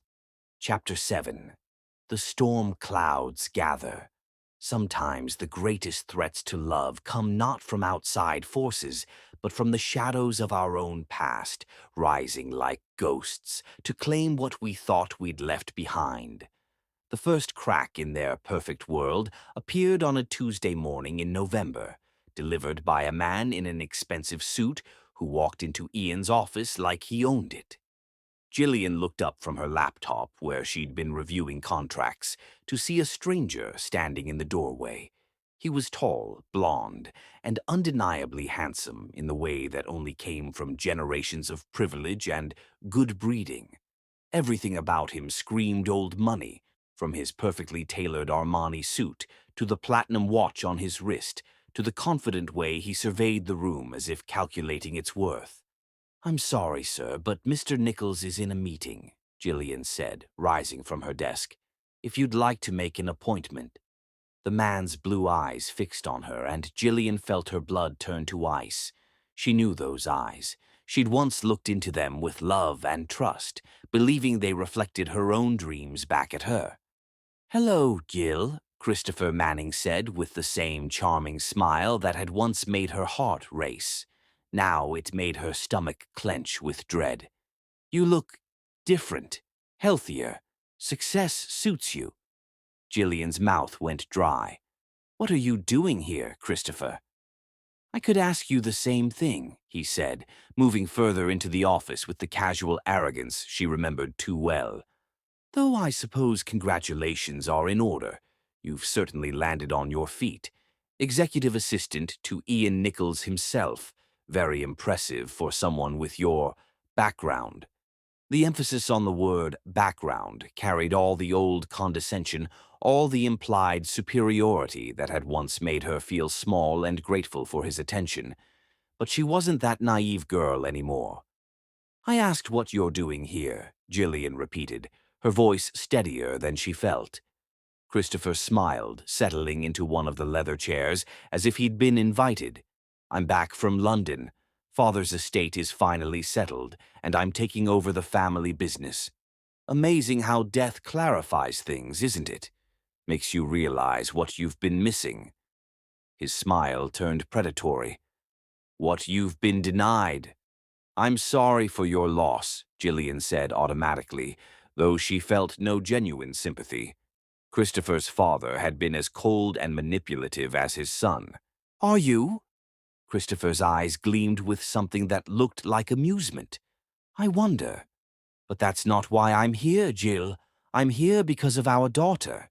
The words hit Jillian like a physical blow. "She's not your daughter. You signed papers." "Papers I was coerced into signing by my father," Christopher interrupted smoothly. "Papers that have no legal standing now that the circumstances have changed. I've spoken to my lawyers, Gil. I have rights." "You have no rights," Jillian said, her voice rising despite her efforts to stay calm. "You abandoned us. You denied her existence. You have no claim." "I have every claim," Christopher said, his voice hardening. "She's my blood, my heir. The Manning line doesn't end with me anymore, thanks to our indiscretion." The casual way he dismissed their relationship, reduced their daughter to an indiscretion, made rage flood through Jillian's veins. "Get out." "I don't think you understand the situation," Christopher continued as if she hadn't spoken. "I've done my research, Gil. I know about your little arrangement here, about the way you've been playing house with Nichols. Very cozy, very domestic. But what happens when he gets bored? When he realizes you're just the help who got above her station? That's not, isn't it?" Christopher's smile was cruel now. "You think this is real? You think a man like Ian Nichols is going to marry his cleaning lady and adopt her bastard child? You're a novelty, Jill, a temporary distraction. But I'm offering you something permanent." Jillian felt sick, Christopher's words echoing every fear she'd tried to suppress over the past months. "I want you to leave. Now." "I'm not going anywhere," Christopher said, his voice taking on the steely quality she remembered from their worst fights. "That little girl is mine, and I'm going to claim her.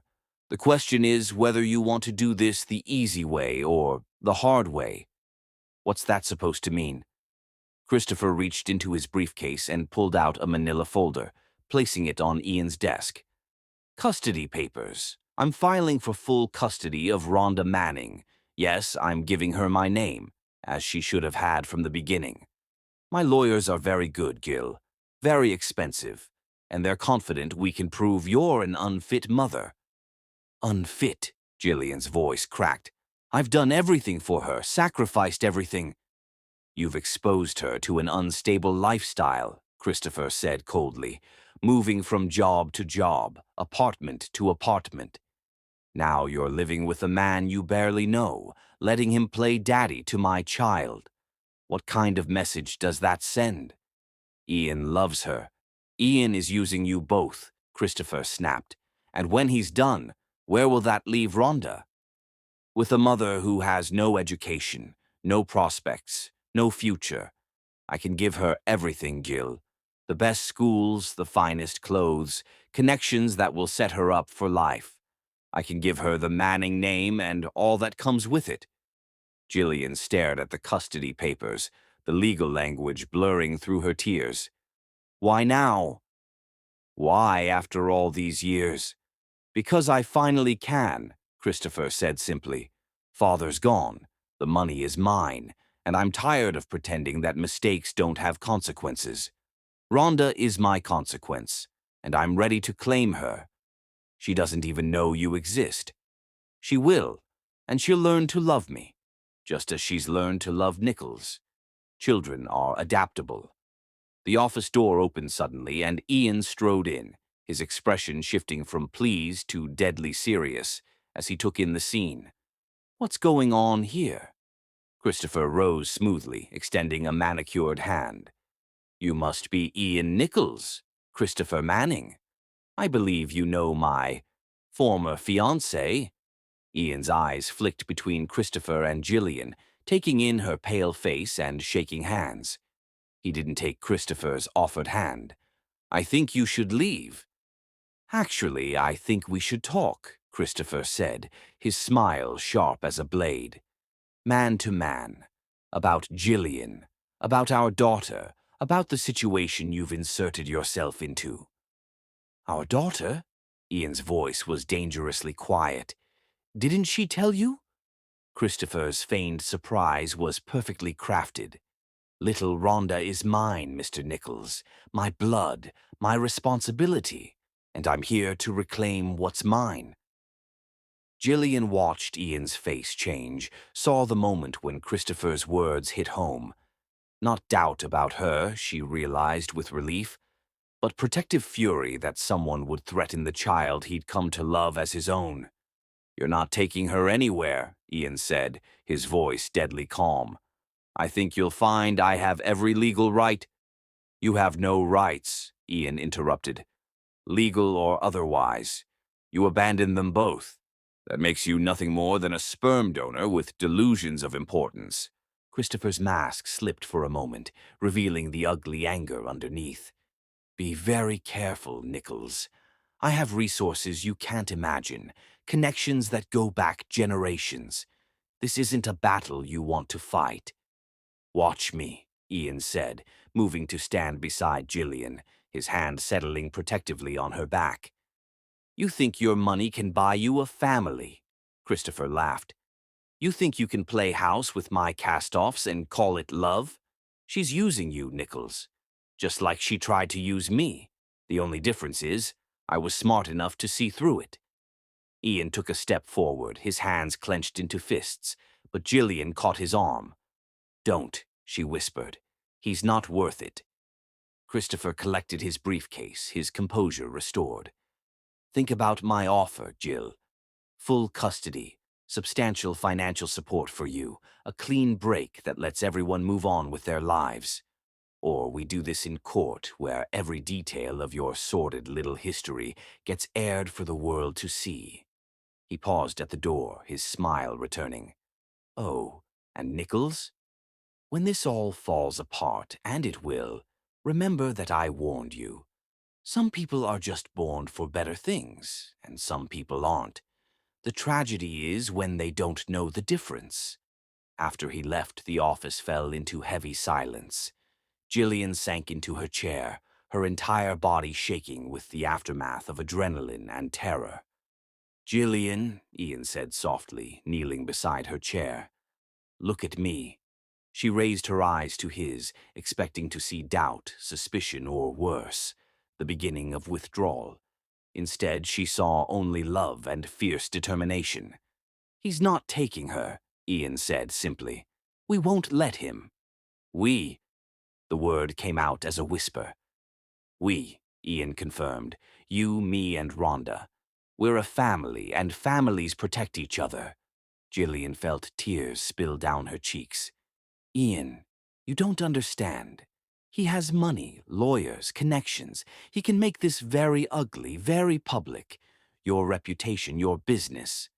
"I don't care about any of that," Ian said fiercely. "I care about you and Rhonda. That's all that matters." "He's going to try to destroy us."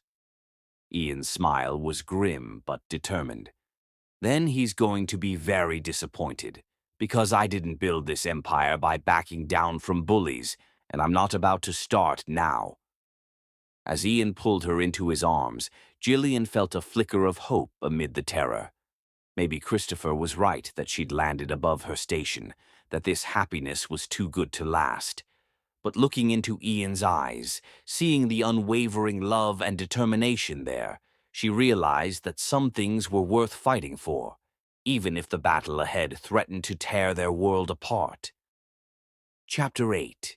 The Darkest Hour. Sometimes love requires the ultimate sacrifice, not the dramatic gesture of dying for someone, but the infinitely harder choice of walking away to save them. The photographs arrived on a Thursday morning, slipped under Jillian's apartment door like poison seeping through the cracks.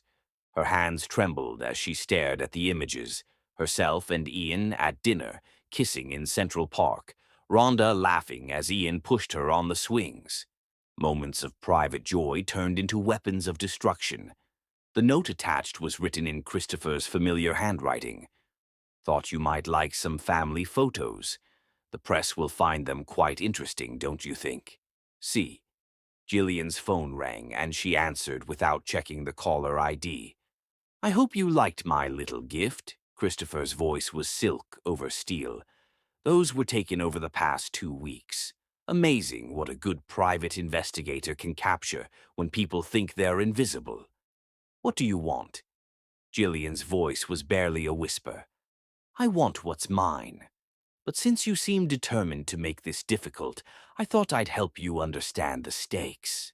His tone grew colder. Page 6 of tomorrow's Post will feature a lovely story about Ian Nichols and his cleaning lady lover. From rags to riches, Billionaire's gold-digging romance has such a nice ring, don't you think? Jillian's stomach dropped. You wouldn't. I already have. But that's just the beginning, Gil. I have documentation of every sordid detail.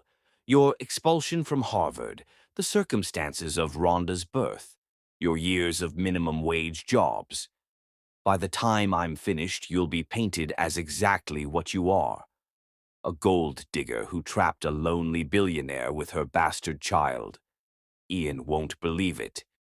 Ian might not, but his board will. His investors will.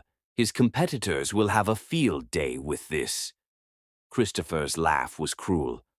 Amazing how quickly a business empire can crumble when public confidence is shaken. How many people do you think will lose their jobs when Nichols Global's stock price tanks? The threat hit home with devastating accuracy. Ian's company employed thousands of people, supported countless families. Could she really be responsible for destroying all of that? But it doesn't have to come to that, Christopher continued smoothly. Sign over custody of Rhonda, take the settlement I'm offering, and disappear. The story dies, Nichols keeps his reputation, and everyone wins. Everyone except Rhonda. Rhonda will have everything money can buy. The best education, social connections, a future that extends beyond whatever scraps you can manage to provide. After Christopher hung up, Jillian sat in her empty apartment. She and Rhonda had been staying at Ian's penthouse, but she'd maintained the lease as a safety net, staring at the photographs scattered across her coffee table. Each image showed a moment of happiness that Christopher would twist into something ugly, predatory. The worst part was that some small, poisonous voice in her head whispered that maybe he was right. Maybe she was reaching above her station. Maybe she would end up costing Ian everything he'd worked for. Her phone buzzed with a text from Ian. Can't wait to see you and Rhonda tonight. Made reservations at that little Italian place she loves. Our table, 7 p.m. Our table. As if they were a real family, as if this was permanent, as if love was enough to overcome the vast difference in their worlds. Jillian's hands shook as she typed back, Something's come up. Can we reschedule? The response came immediately. Everything okay? I can come over. Number. Just need some time to think. There was a long pause before his reply. Jillian, you're scaring me. What's wrong? Instead of answering, Jillian turned off her phone. The next morning, the story hit exactly as Christopher had promised. Jillian stood at a newsstand staring at her own face on the front page of the New York Post. The headline screamed, Made to Millionaire, Billionaire CEO's Cinderella Story or Gold-Digging Scandal. The article was a masterpiece of character assassination, disguised as human interest. It painted her as a calculating woman who'd deliberately placed herself in Ian's path, using her daughter as bait to trap a lonely billionaire. Every detail of her past was twisted into evidence of manipulation. Her academic background became proof of her intelligence at deception. Her years of struggling became evidence of desperation. Even her love for Rhonda was portrayed as mercenary calculation. The photographs showed them at their most intimate moments, but the captions told a different story. Ian's tender smile as he watched Rhonda became billionaire besotted with employee's child. Their kiss in the park became public displays of affection fuel speculation about gold digger's success. By noon, the story had been picked up by every major news outlet. Social media exploded with commentary ranging from fairy tale romance to predatory opportunism. The general consensus seemed to be that no cleaning lady could possibly deserve a billionaire's love. She had to be scheming for something. Jillian's phone had been ringing non-stop. Reporters, gossip bloggers, even talk shows wanting interviews. She'd turned it off after the fifth call from someone wanting to know how it felt to hit the jackpot. But it was the knock on her door that made her blood freeze. "Mrs. Sharman?" The woman standing in her hallway was professionally dressed, carrying an official-looking briefcase. "I'm Jennifer Walsh from Child Protective Services. I need to speak with you about your daughter." Jillian's legs nearly gave out. "I'm sorry, what?" "We've received reports about your living situation, about potential instability that might affect your child's welfare. I need to ask you some questions and observe the home environment." "Reports from whom?" Jennifer Walsh's expression was carefully neutral, but Jillian could see the judgment in her eyes. "That's confidential. May I come in?" The next hour was a nightmare of invasive questions and thinly veiled accusations.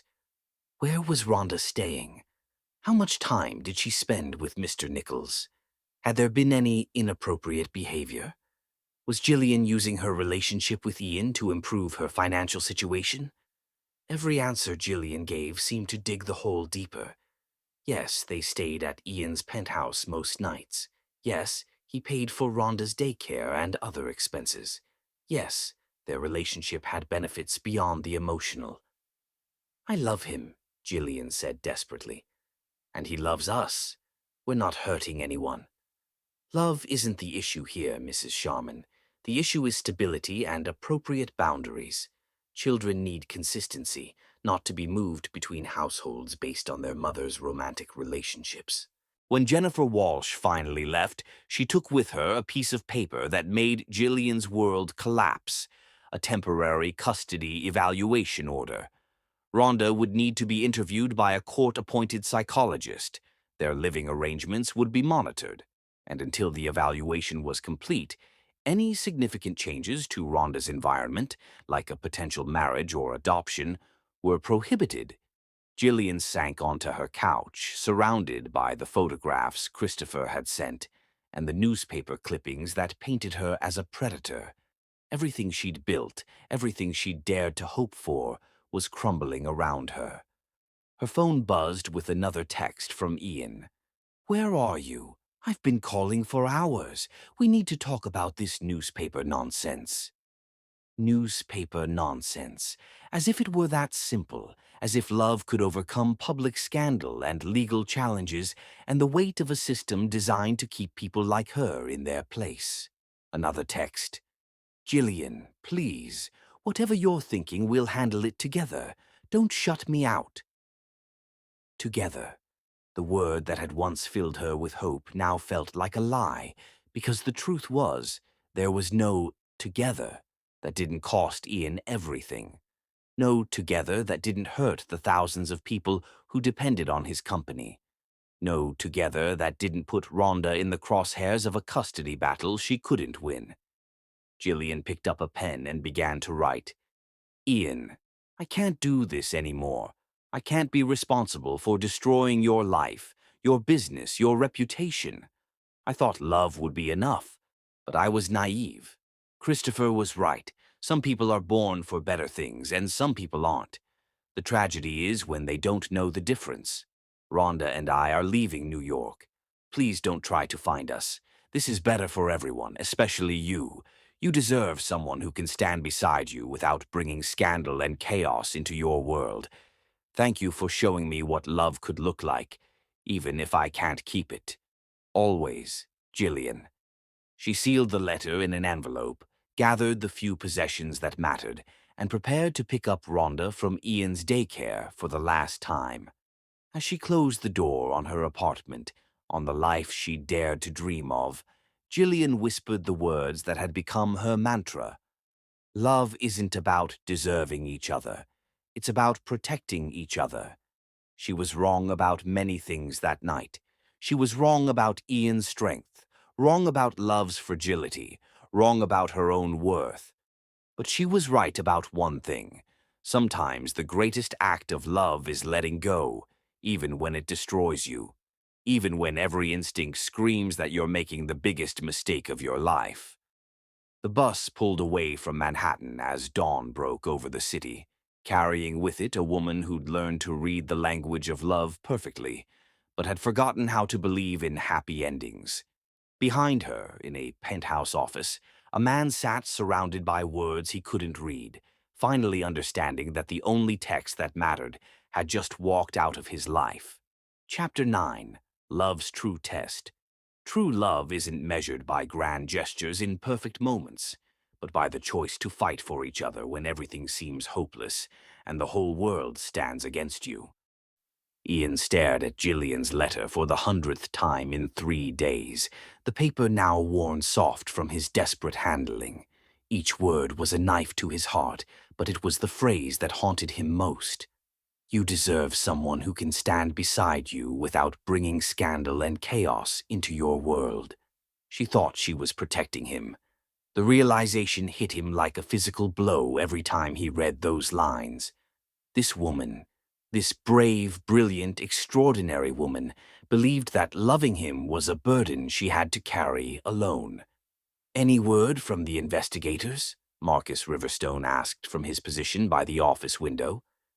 Ian's head of security had been working around the clock for the past 72 hours, following every lead, checking every possible destination. Nothing concrete, Ian replied, his voice hoarse from exhaustion and grief. They found evidence she and Rhonda took a bus to Philadelphia, but the trail goes cold after that. She's being careful, covering her tracks. She can't hide forever, not with a 6-year-old. She shouldn't have to hide at all. Ian's fist clenched around the letter. This is my fault. I should have protected them better, should have anticipated that Christopher would escalate. You couldn't have known. I should have known, Ian exploded, rising from his chair to pace the office like a caged animal. I grew up in this world, Marcus. I know how vicious it can be, how quickly it can destroy anyone who doesn't belong. I let myself believe that love would be enough, that I could shield them from all of this. Marcus was quiet for a moment. What do you want to do? Ian stopped pacing, his jaw set with determination. I want to destroy Christopher Manning, completely. And then I want to find my family and bring them home. The board is meeting tomorrow about the media situation. There's talk of asking for your resignation until this blows over. Let them try. Ian's voice was deadly calm. I built this company from nothing, and I'm not going anywhere. But first, I need you to arrange a meeting with Christopher. Tonight. Ian, that might not be wise. I'm done being wise. I'm done playing by rules that were designed to keep people like Jillian from having the happiness they deserve. Ian's gray eyes blazed with purpose. Christopher Manning wants to play dirty. Fine. He's about to learn that he picked the wrong fight. The meeting took place in the elegant bar of the Saint, Regis Hotel, neutral territory that suited both men's need for discretion. Christopher sat at a corner table, nursing a whiskey and wearing the satisfied smile of a man who believed he'd already won. Ian, he said pleasantly as Ian approached, I have to say I'm surprised to hear from you. I assumed you'd be licking your wounds and trying to salvage what's left of your reputation. Ian slid into the opposite chair, his expression carefully controlled. Actually, I wanted to thank you. Christopher's eyebrows rose. Thank me? For showing me exactly what kind of man I was dealing with, for making it clear that this isn't about Rhonda's welfare or Jillian's happiness. It's about your wounded pride and need for control. I have no idea what you mean. Of course you don't. Ian's smile was sharp as a blade. Tell me, Christopher, how long did it take you to orchestrate all of this? The media campaign, the CPS report, the carefully timed character assassination. Quite an impressive operation. Christopher shrugged, not bothering to deny it.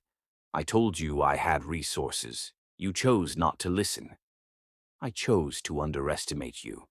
That was my mistake. Ian leaned forward, his voice dropping to barely above a whisper. But here's what you underestimated about me. I don't just have money, Christopher. I have power, real power. And when someone threatens my family, I use it. Your family? Christopher laughed. They're gone, Ian. Jillian saw sense and took my daughter where she belongs. You're fighting for ghosts. Am I? Ian pulled out his phone and placed it on the table. Marcus, you're on speaker. Would you mind sharing what you discovered about Mr. Manning's recent activities? Marcus's voice crackled through the phone speaker. 3 offshore accounts in the Cayman Islands, all showing suspicious money transfers in the past 6 months, financial records indicating tax evasion dating back 5 years, and most interesting evidence of bribes paid to academic officials at Harvard University to ensure Miss Sharman's expulsion 8 years ago. Christopher's face had gone pale. You're bluffing. Am I? Ian's smile was predatory now. Oh, and Marcus found something else fascinating. Want to tell him about the paternity test, Marcus? DNA evidence from hair samples obtained from Mr. Manning's apartment confirmed that he is not Rhonda Sharman's biological father. The tests show a 0% probability of paternity. The whiskey glass slipped from Christopher's hand, shattering on the marble floor. That's impossible. I was told... The timing. Is it? Or did you simply assume, like many men do, that proximity equals paternity? You were sleeping with multiple women that semester, Christopher. Jillian was just the one whose pregnancy you couldn't ignore. Is it? Or is it possible that you knew all along that Rhonda wasn't yours, but you used Jillian's youth and inexperience to convince her otherwise? Used your family's power to destroy her life for the simple crime of believing you loved her? Christopher was silent, his composure finally cracking. Here's what's going to happen, Ian continued, his voice deadly calm. You're going to withdraw your custody suit. You're going to publicly admit that your claims about Rhonda were false. You're going to pay for every investigator you hired, every reporter you bribed, every life you've disrupted in your pathetic attempt to control people who want nothing to do with you. And if I refuse, then the IRS gets an anonymous tip about your tax evasion. The FBI gets information about those bribes. Your business partners learn about your offshore accounts. And every major newspaper in the country gets the real story about Christopher Manning. Not the grieving heir claiming his daughter, but the vindictive sociopath who destroyed a young woman's life because she wouldn't submit to his demands. Christopher stared at him, realizing that his own weapons were being turned against him. You can't prove any of this. I already have. The only question is whether you want to face these consequences privately or publicly. Ian stood, dropping a business card on the table. You have 24 hours to decide. After that, I stop playing nice. As Ian walked away, Christopher called after him. Even if you destroy me, you still lose. She's gone, Ian. She chose to leave rather than fight for what you had. What does that tell you about how much she really loved you? Ian paused at the bar's entrance, the words hitting their intended target. But when he turned back, his expression was serene.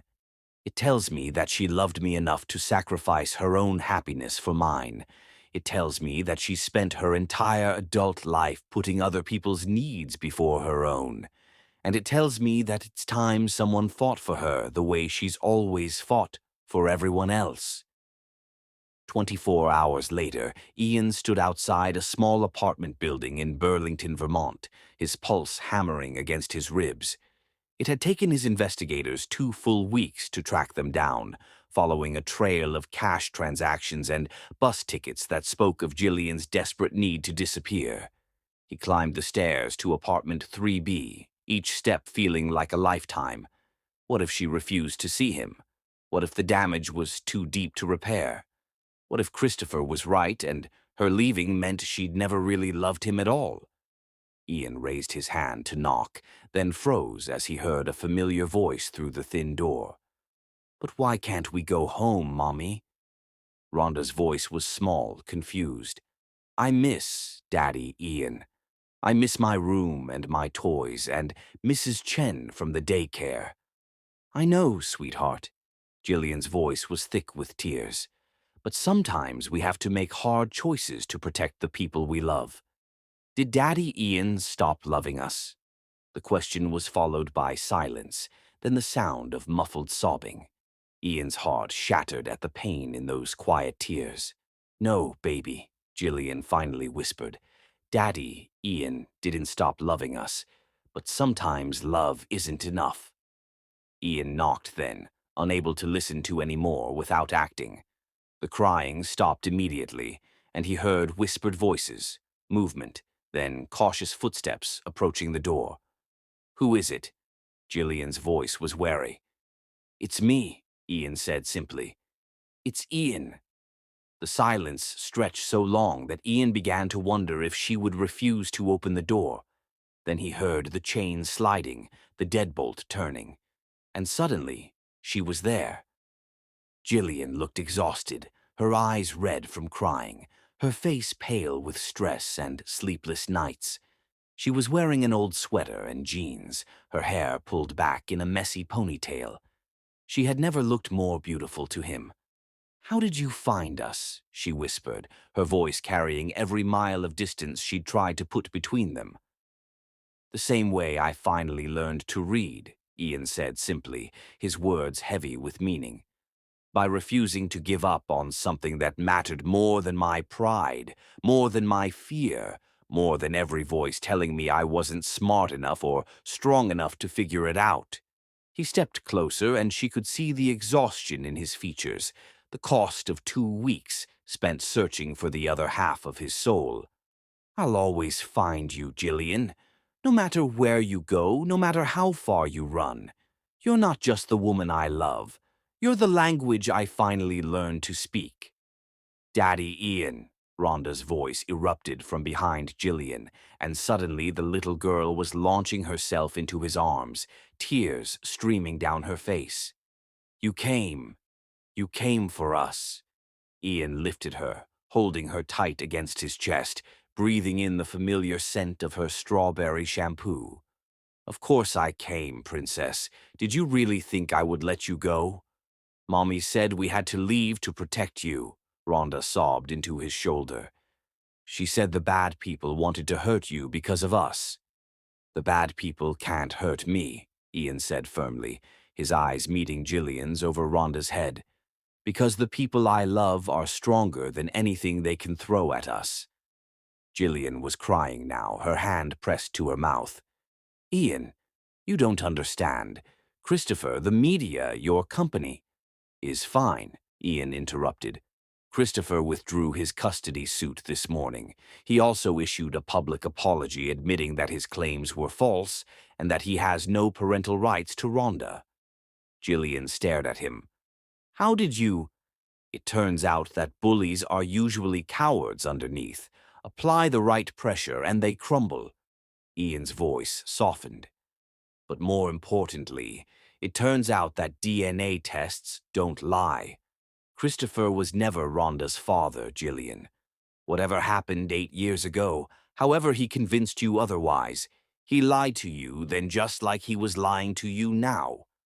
The words hit Jillian like a physical blow. She sank onto her small couch, her legs giving out. That's not possible. It's not only possible, it's fact.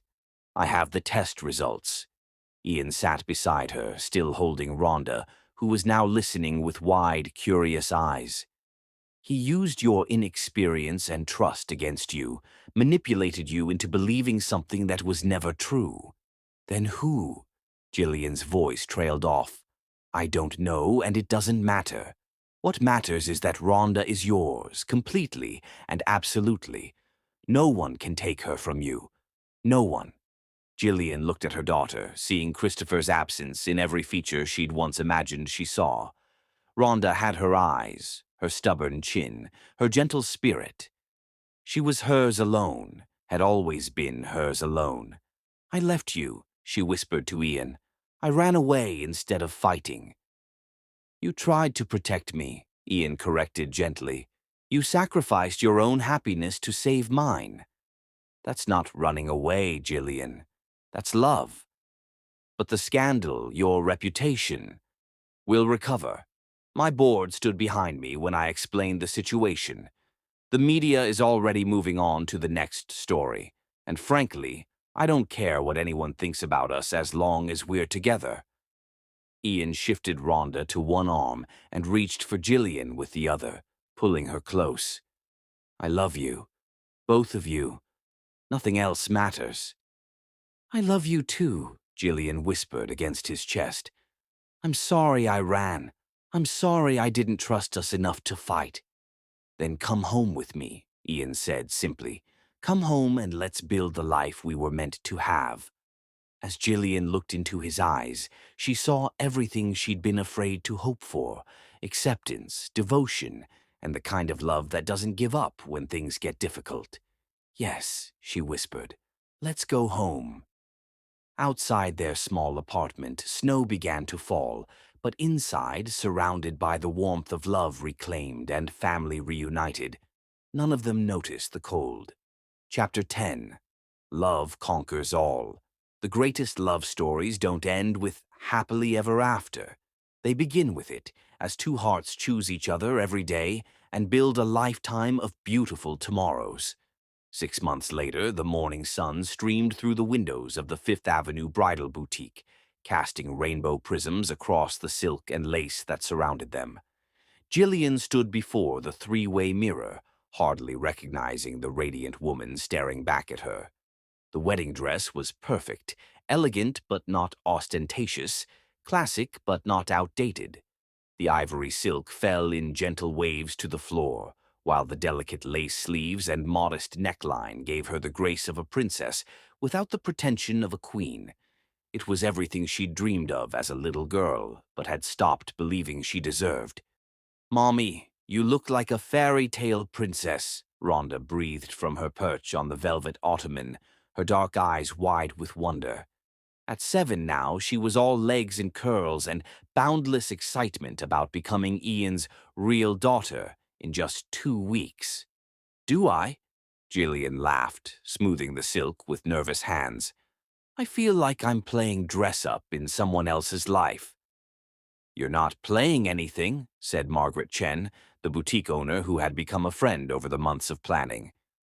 You're claiming the happiness you've always deserved. Through the mirror, Jillian caught sight of the small velvet box sitting on the dressing room table. Ian's grandmother's engagement ring, an Art Deco masterpiece he'd placed on her finger 3 months ago during a quiet dinner at home. The proposal had been perfect in its simplicity. No grand gestures or public spectacles, just Ian dropping to one knee in their living room, while Rhonda helped by holding the ring box and trying not to giggle. Will you marry me, Jillian Sharman? He'd asked, his gray eyes bright with love and hope. Will you let me spend the rest of my life proving that fairy tales can come true? Her answer had been immediate and tearful. Yes, yes, 1,000 times yes. Now, looking at herself in her wedding dress, Jillian could hardly believe that day was finally here. Mrs. Nichols-to-be, Margaret said with a warm smile, I think we have a perfect fit. Your groom is going to forget how to breathe when he sees you." "I hope so," Jillian laughed, then caught Rhonda's reflection in the mirror. "What do you think, sweetheart? Will Daddy Ian like it?" "He'll love it because you're wearing it," Rhonda said with 7-year-old wisdom. "Just like he loves everything about you." The simple truth of it made Jillian's eyes fill with tears. Ian did love everything about her, her past, her struggles, her dreams, even her fears. He'd proven it over and over in the months since they'd returned from Vermont, building their life together with patient devotion. He'd handled the remaining media attention with grace and firmness, making it clear that anyone who wanted access to him professionally would need to respect his family personally. The story had died quickly once Christopher's lies were exposed, replaced by a more accurate narrative of love triumphing over adversity. More importantly, Ian had kept every promise he'd made.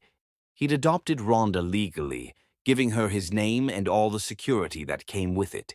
He'd encouraged Jillian to return to school, and she was now just 1 semester away from completing her literature degree. He'd moved them into a house in the suburbs, not the Manhattan penthouse she'd expected, but a beautiful colonial with a big backyard where Rhonda could play and the promised puppy could run. "Are you ready to see the final touches?" Margaret asked, reaching for the cathedral-length veil that would complete the ensemble. As Margaret secured the veil in Jillian's dark hair, now styled in an elegant updo with soft curls framing her face, Jillian felt the last of her disbelief fade away. This was really happening. In 2 weeks, she would walk down the aisle of St. Patrick's Cathedral and marry the man who had transformed her life with his love. "Perfect," Margaret declared, stepping back to admire her handiwork. "Absolutely perfect." 2 weeks later, Jillian stood at the back of St. Patrick's Cathedral, her hand resting on her father-in-law-to-be's arm. Harold Whitfield had volunteered to walk her down the aisle, a gesture that had moved her to tears when he'd offered. "Nervous?" he asked kindly, his earlier skepticism about their relationship long since replaced by genuine affection. "Terrified," Jillian admitted with a shaky laugh. "What if I trip? What if I forget my vows? What if... What if you just focus on the man waiting for you at the altar?" Harold suggested gently. "Because I can tell you from 30 years of friendship, I've never seen Ian look at anything the way he looks at you." Jillian lifted her eyes to the front of the cathedral, where Ian stood waiting in his perfectly tailored tuxedo. Even from this distance, she could see the love and anticipation written across his face. Beside him, Marcus Riverstone stood as best man, while Rhonda fidgeted excitedly in her junior bridesmaid dress, the basket of rose petals in her hands. The organ began the opening notes of Canon in D, and Jillian felt her nerves settle into joy. This was right. This was perfect. This was the beginning of everything she'd ever wanted. As they began their walk down the aisle, Jillian was dimly aware of the faces turning toward her. Colleagues from Ian's company, friends from Rhonda's school, neighbors from their new life. But her eyes were fixed on Ian, watching his expression transform from anticipation to awe to something that looked suspiciously like tears. When Harold placed her hand in Ian's at the altar, the older man whispered, "Take care of her, son." "Always," Ian replied, his voice thick with emotion. "Always." The ceremony passed in a blur of beautiful words and heartfelt promises. They'd written their own vows, and when it came time to speak them, Jillian's voice was clear and strong. "Ian, you found me when I was lost, believed in me when I couldn't believe in myself, and loved me when I thought I was unlovable. You didn't just save my life, you gave me a life worth living. I promise to love you with the same fierce devotion you've shown me, to build our dreams together, and to never stop marveling at the miracle of being chosen by you." Ian's vows were equally heartfelt. "Jillian, you taught me that love isn't a weakness to be avoided, but a strength to be embraced. You showed me that a family isn't just about blood, but about choice, commitment, and daily acts of love. I promise to choose you every day, to protect our family with everything I have, and to spend the rest of my life proving that fairy tales can come true. When Father McKenna pronounced them husband and wife, Ian's kiss was tender and reverent, full of promises for all the years to come. The cathedral erupted in applause, but Gillian barely heard it over the sound of her own heart singing with joy. "I love you, Mrs. Nichols," Ian whispered against her lips. "I love you too, Mr. Nichols," she whispered back, and both of them laughed at the beautiful impossibility of it all. The reception at the Plaza Hotel was everything Gillian had never dared dream of, elegant without being ostentatious, intimate despite the 100 guests, perfect in every detail that mattered. But her favorite moment came during the father-daughter dance, when Ian swept Rhonda onto the dance floor for their special song. "You know," Rhonda said seriously as Ian spun her around, "I think this is the best day ever. Even better than my birthday with all the presents." "Even better than chocolate cake," Ian teased. "Even better than chocolate cake," Rhonda confirmed solemnly, "because now we're a real family forever and ever." "Even gladder than I am?" Ian asked with a smile. "Maybe not gladder," Rhonda conceded thoughtfully, "but really, really, really glad. Like, the most glad I've ever been about anything, except maybe getting Mr. Bunny for my birthday." "Me too, Princess. Me too." Watching them together, her husband and her daughter, now legally his daughter too, Gillian felt her cup of happiness overflow. They were a family in every sense of the word, bound not by accident of birth, but by deliberate choice and daily love. Later, as the evening wound down and the last guests departed, Ian and Gillian stood on the hotel's terrace, looking out over Central Park. Rhonda had fallen asleep in Ian's arms, her flower girl dress rumpled and her face peaceful. "So, Mrs. Nichols," Ian said softly, "how does it feel to be married to a billionaire?" Gillian pretended to consider the question seriously. "Well, the money's nice, but I have to say, I'm really just here for the man." "Lucky for me," Ian laughed, pressing a kiss to her temple. "Because you're stuck with me now. No more running away." "No more running away," Gillian agreed, then looked up at him with sparkling eyes. "Though I should warn you, you're about to be stuck with me for even longer than you planned." "What do you mean?" Instead of answering, Gillian reached into her small beaded purse and pulled out a small wrapped box. "I have a wedding gift for you." Ian shifted Rhonda carefully to one arm and accepted the box with curious eyes. Inside, nestled in tissue paper, was a tiny pair of baby shoes in soft yellow. "Gillian," he breathed, his eyes going wide. "Are you?" "2 months," she said, her smile radiant. "I found out 2 weeks ago, but I wanted to wait until after the wedding to tell you. I wanted today to be perfect, for just the three of us first." Ian stared at the baby shoes, then at his wife, then at the sleeping daughter in his arms. "Another baby," he said wonderingly. "Our baby." "Our baby," Gillian confirmed. "Are you happy?" Instead of answering with words, Ian kissed her deeply, pouring all his joy and love and gratitude into the connection between them. When they broke apart, both were crying happy tears. "I love you," he said simply. "All of you.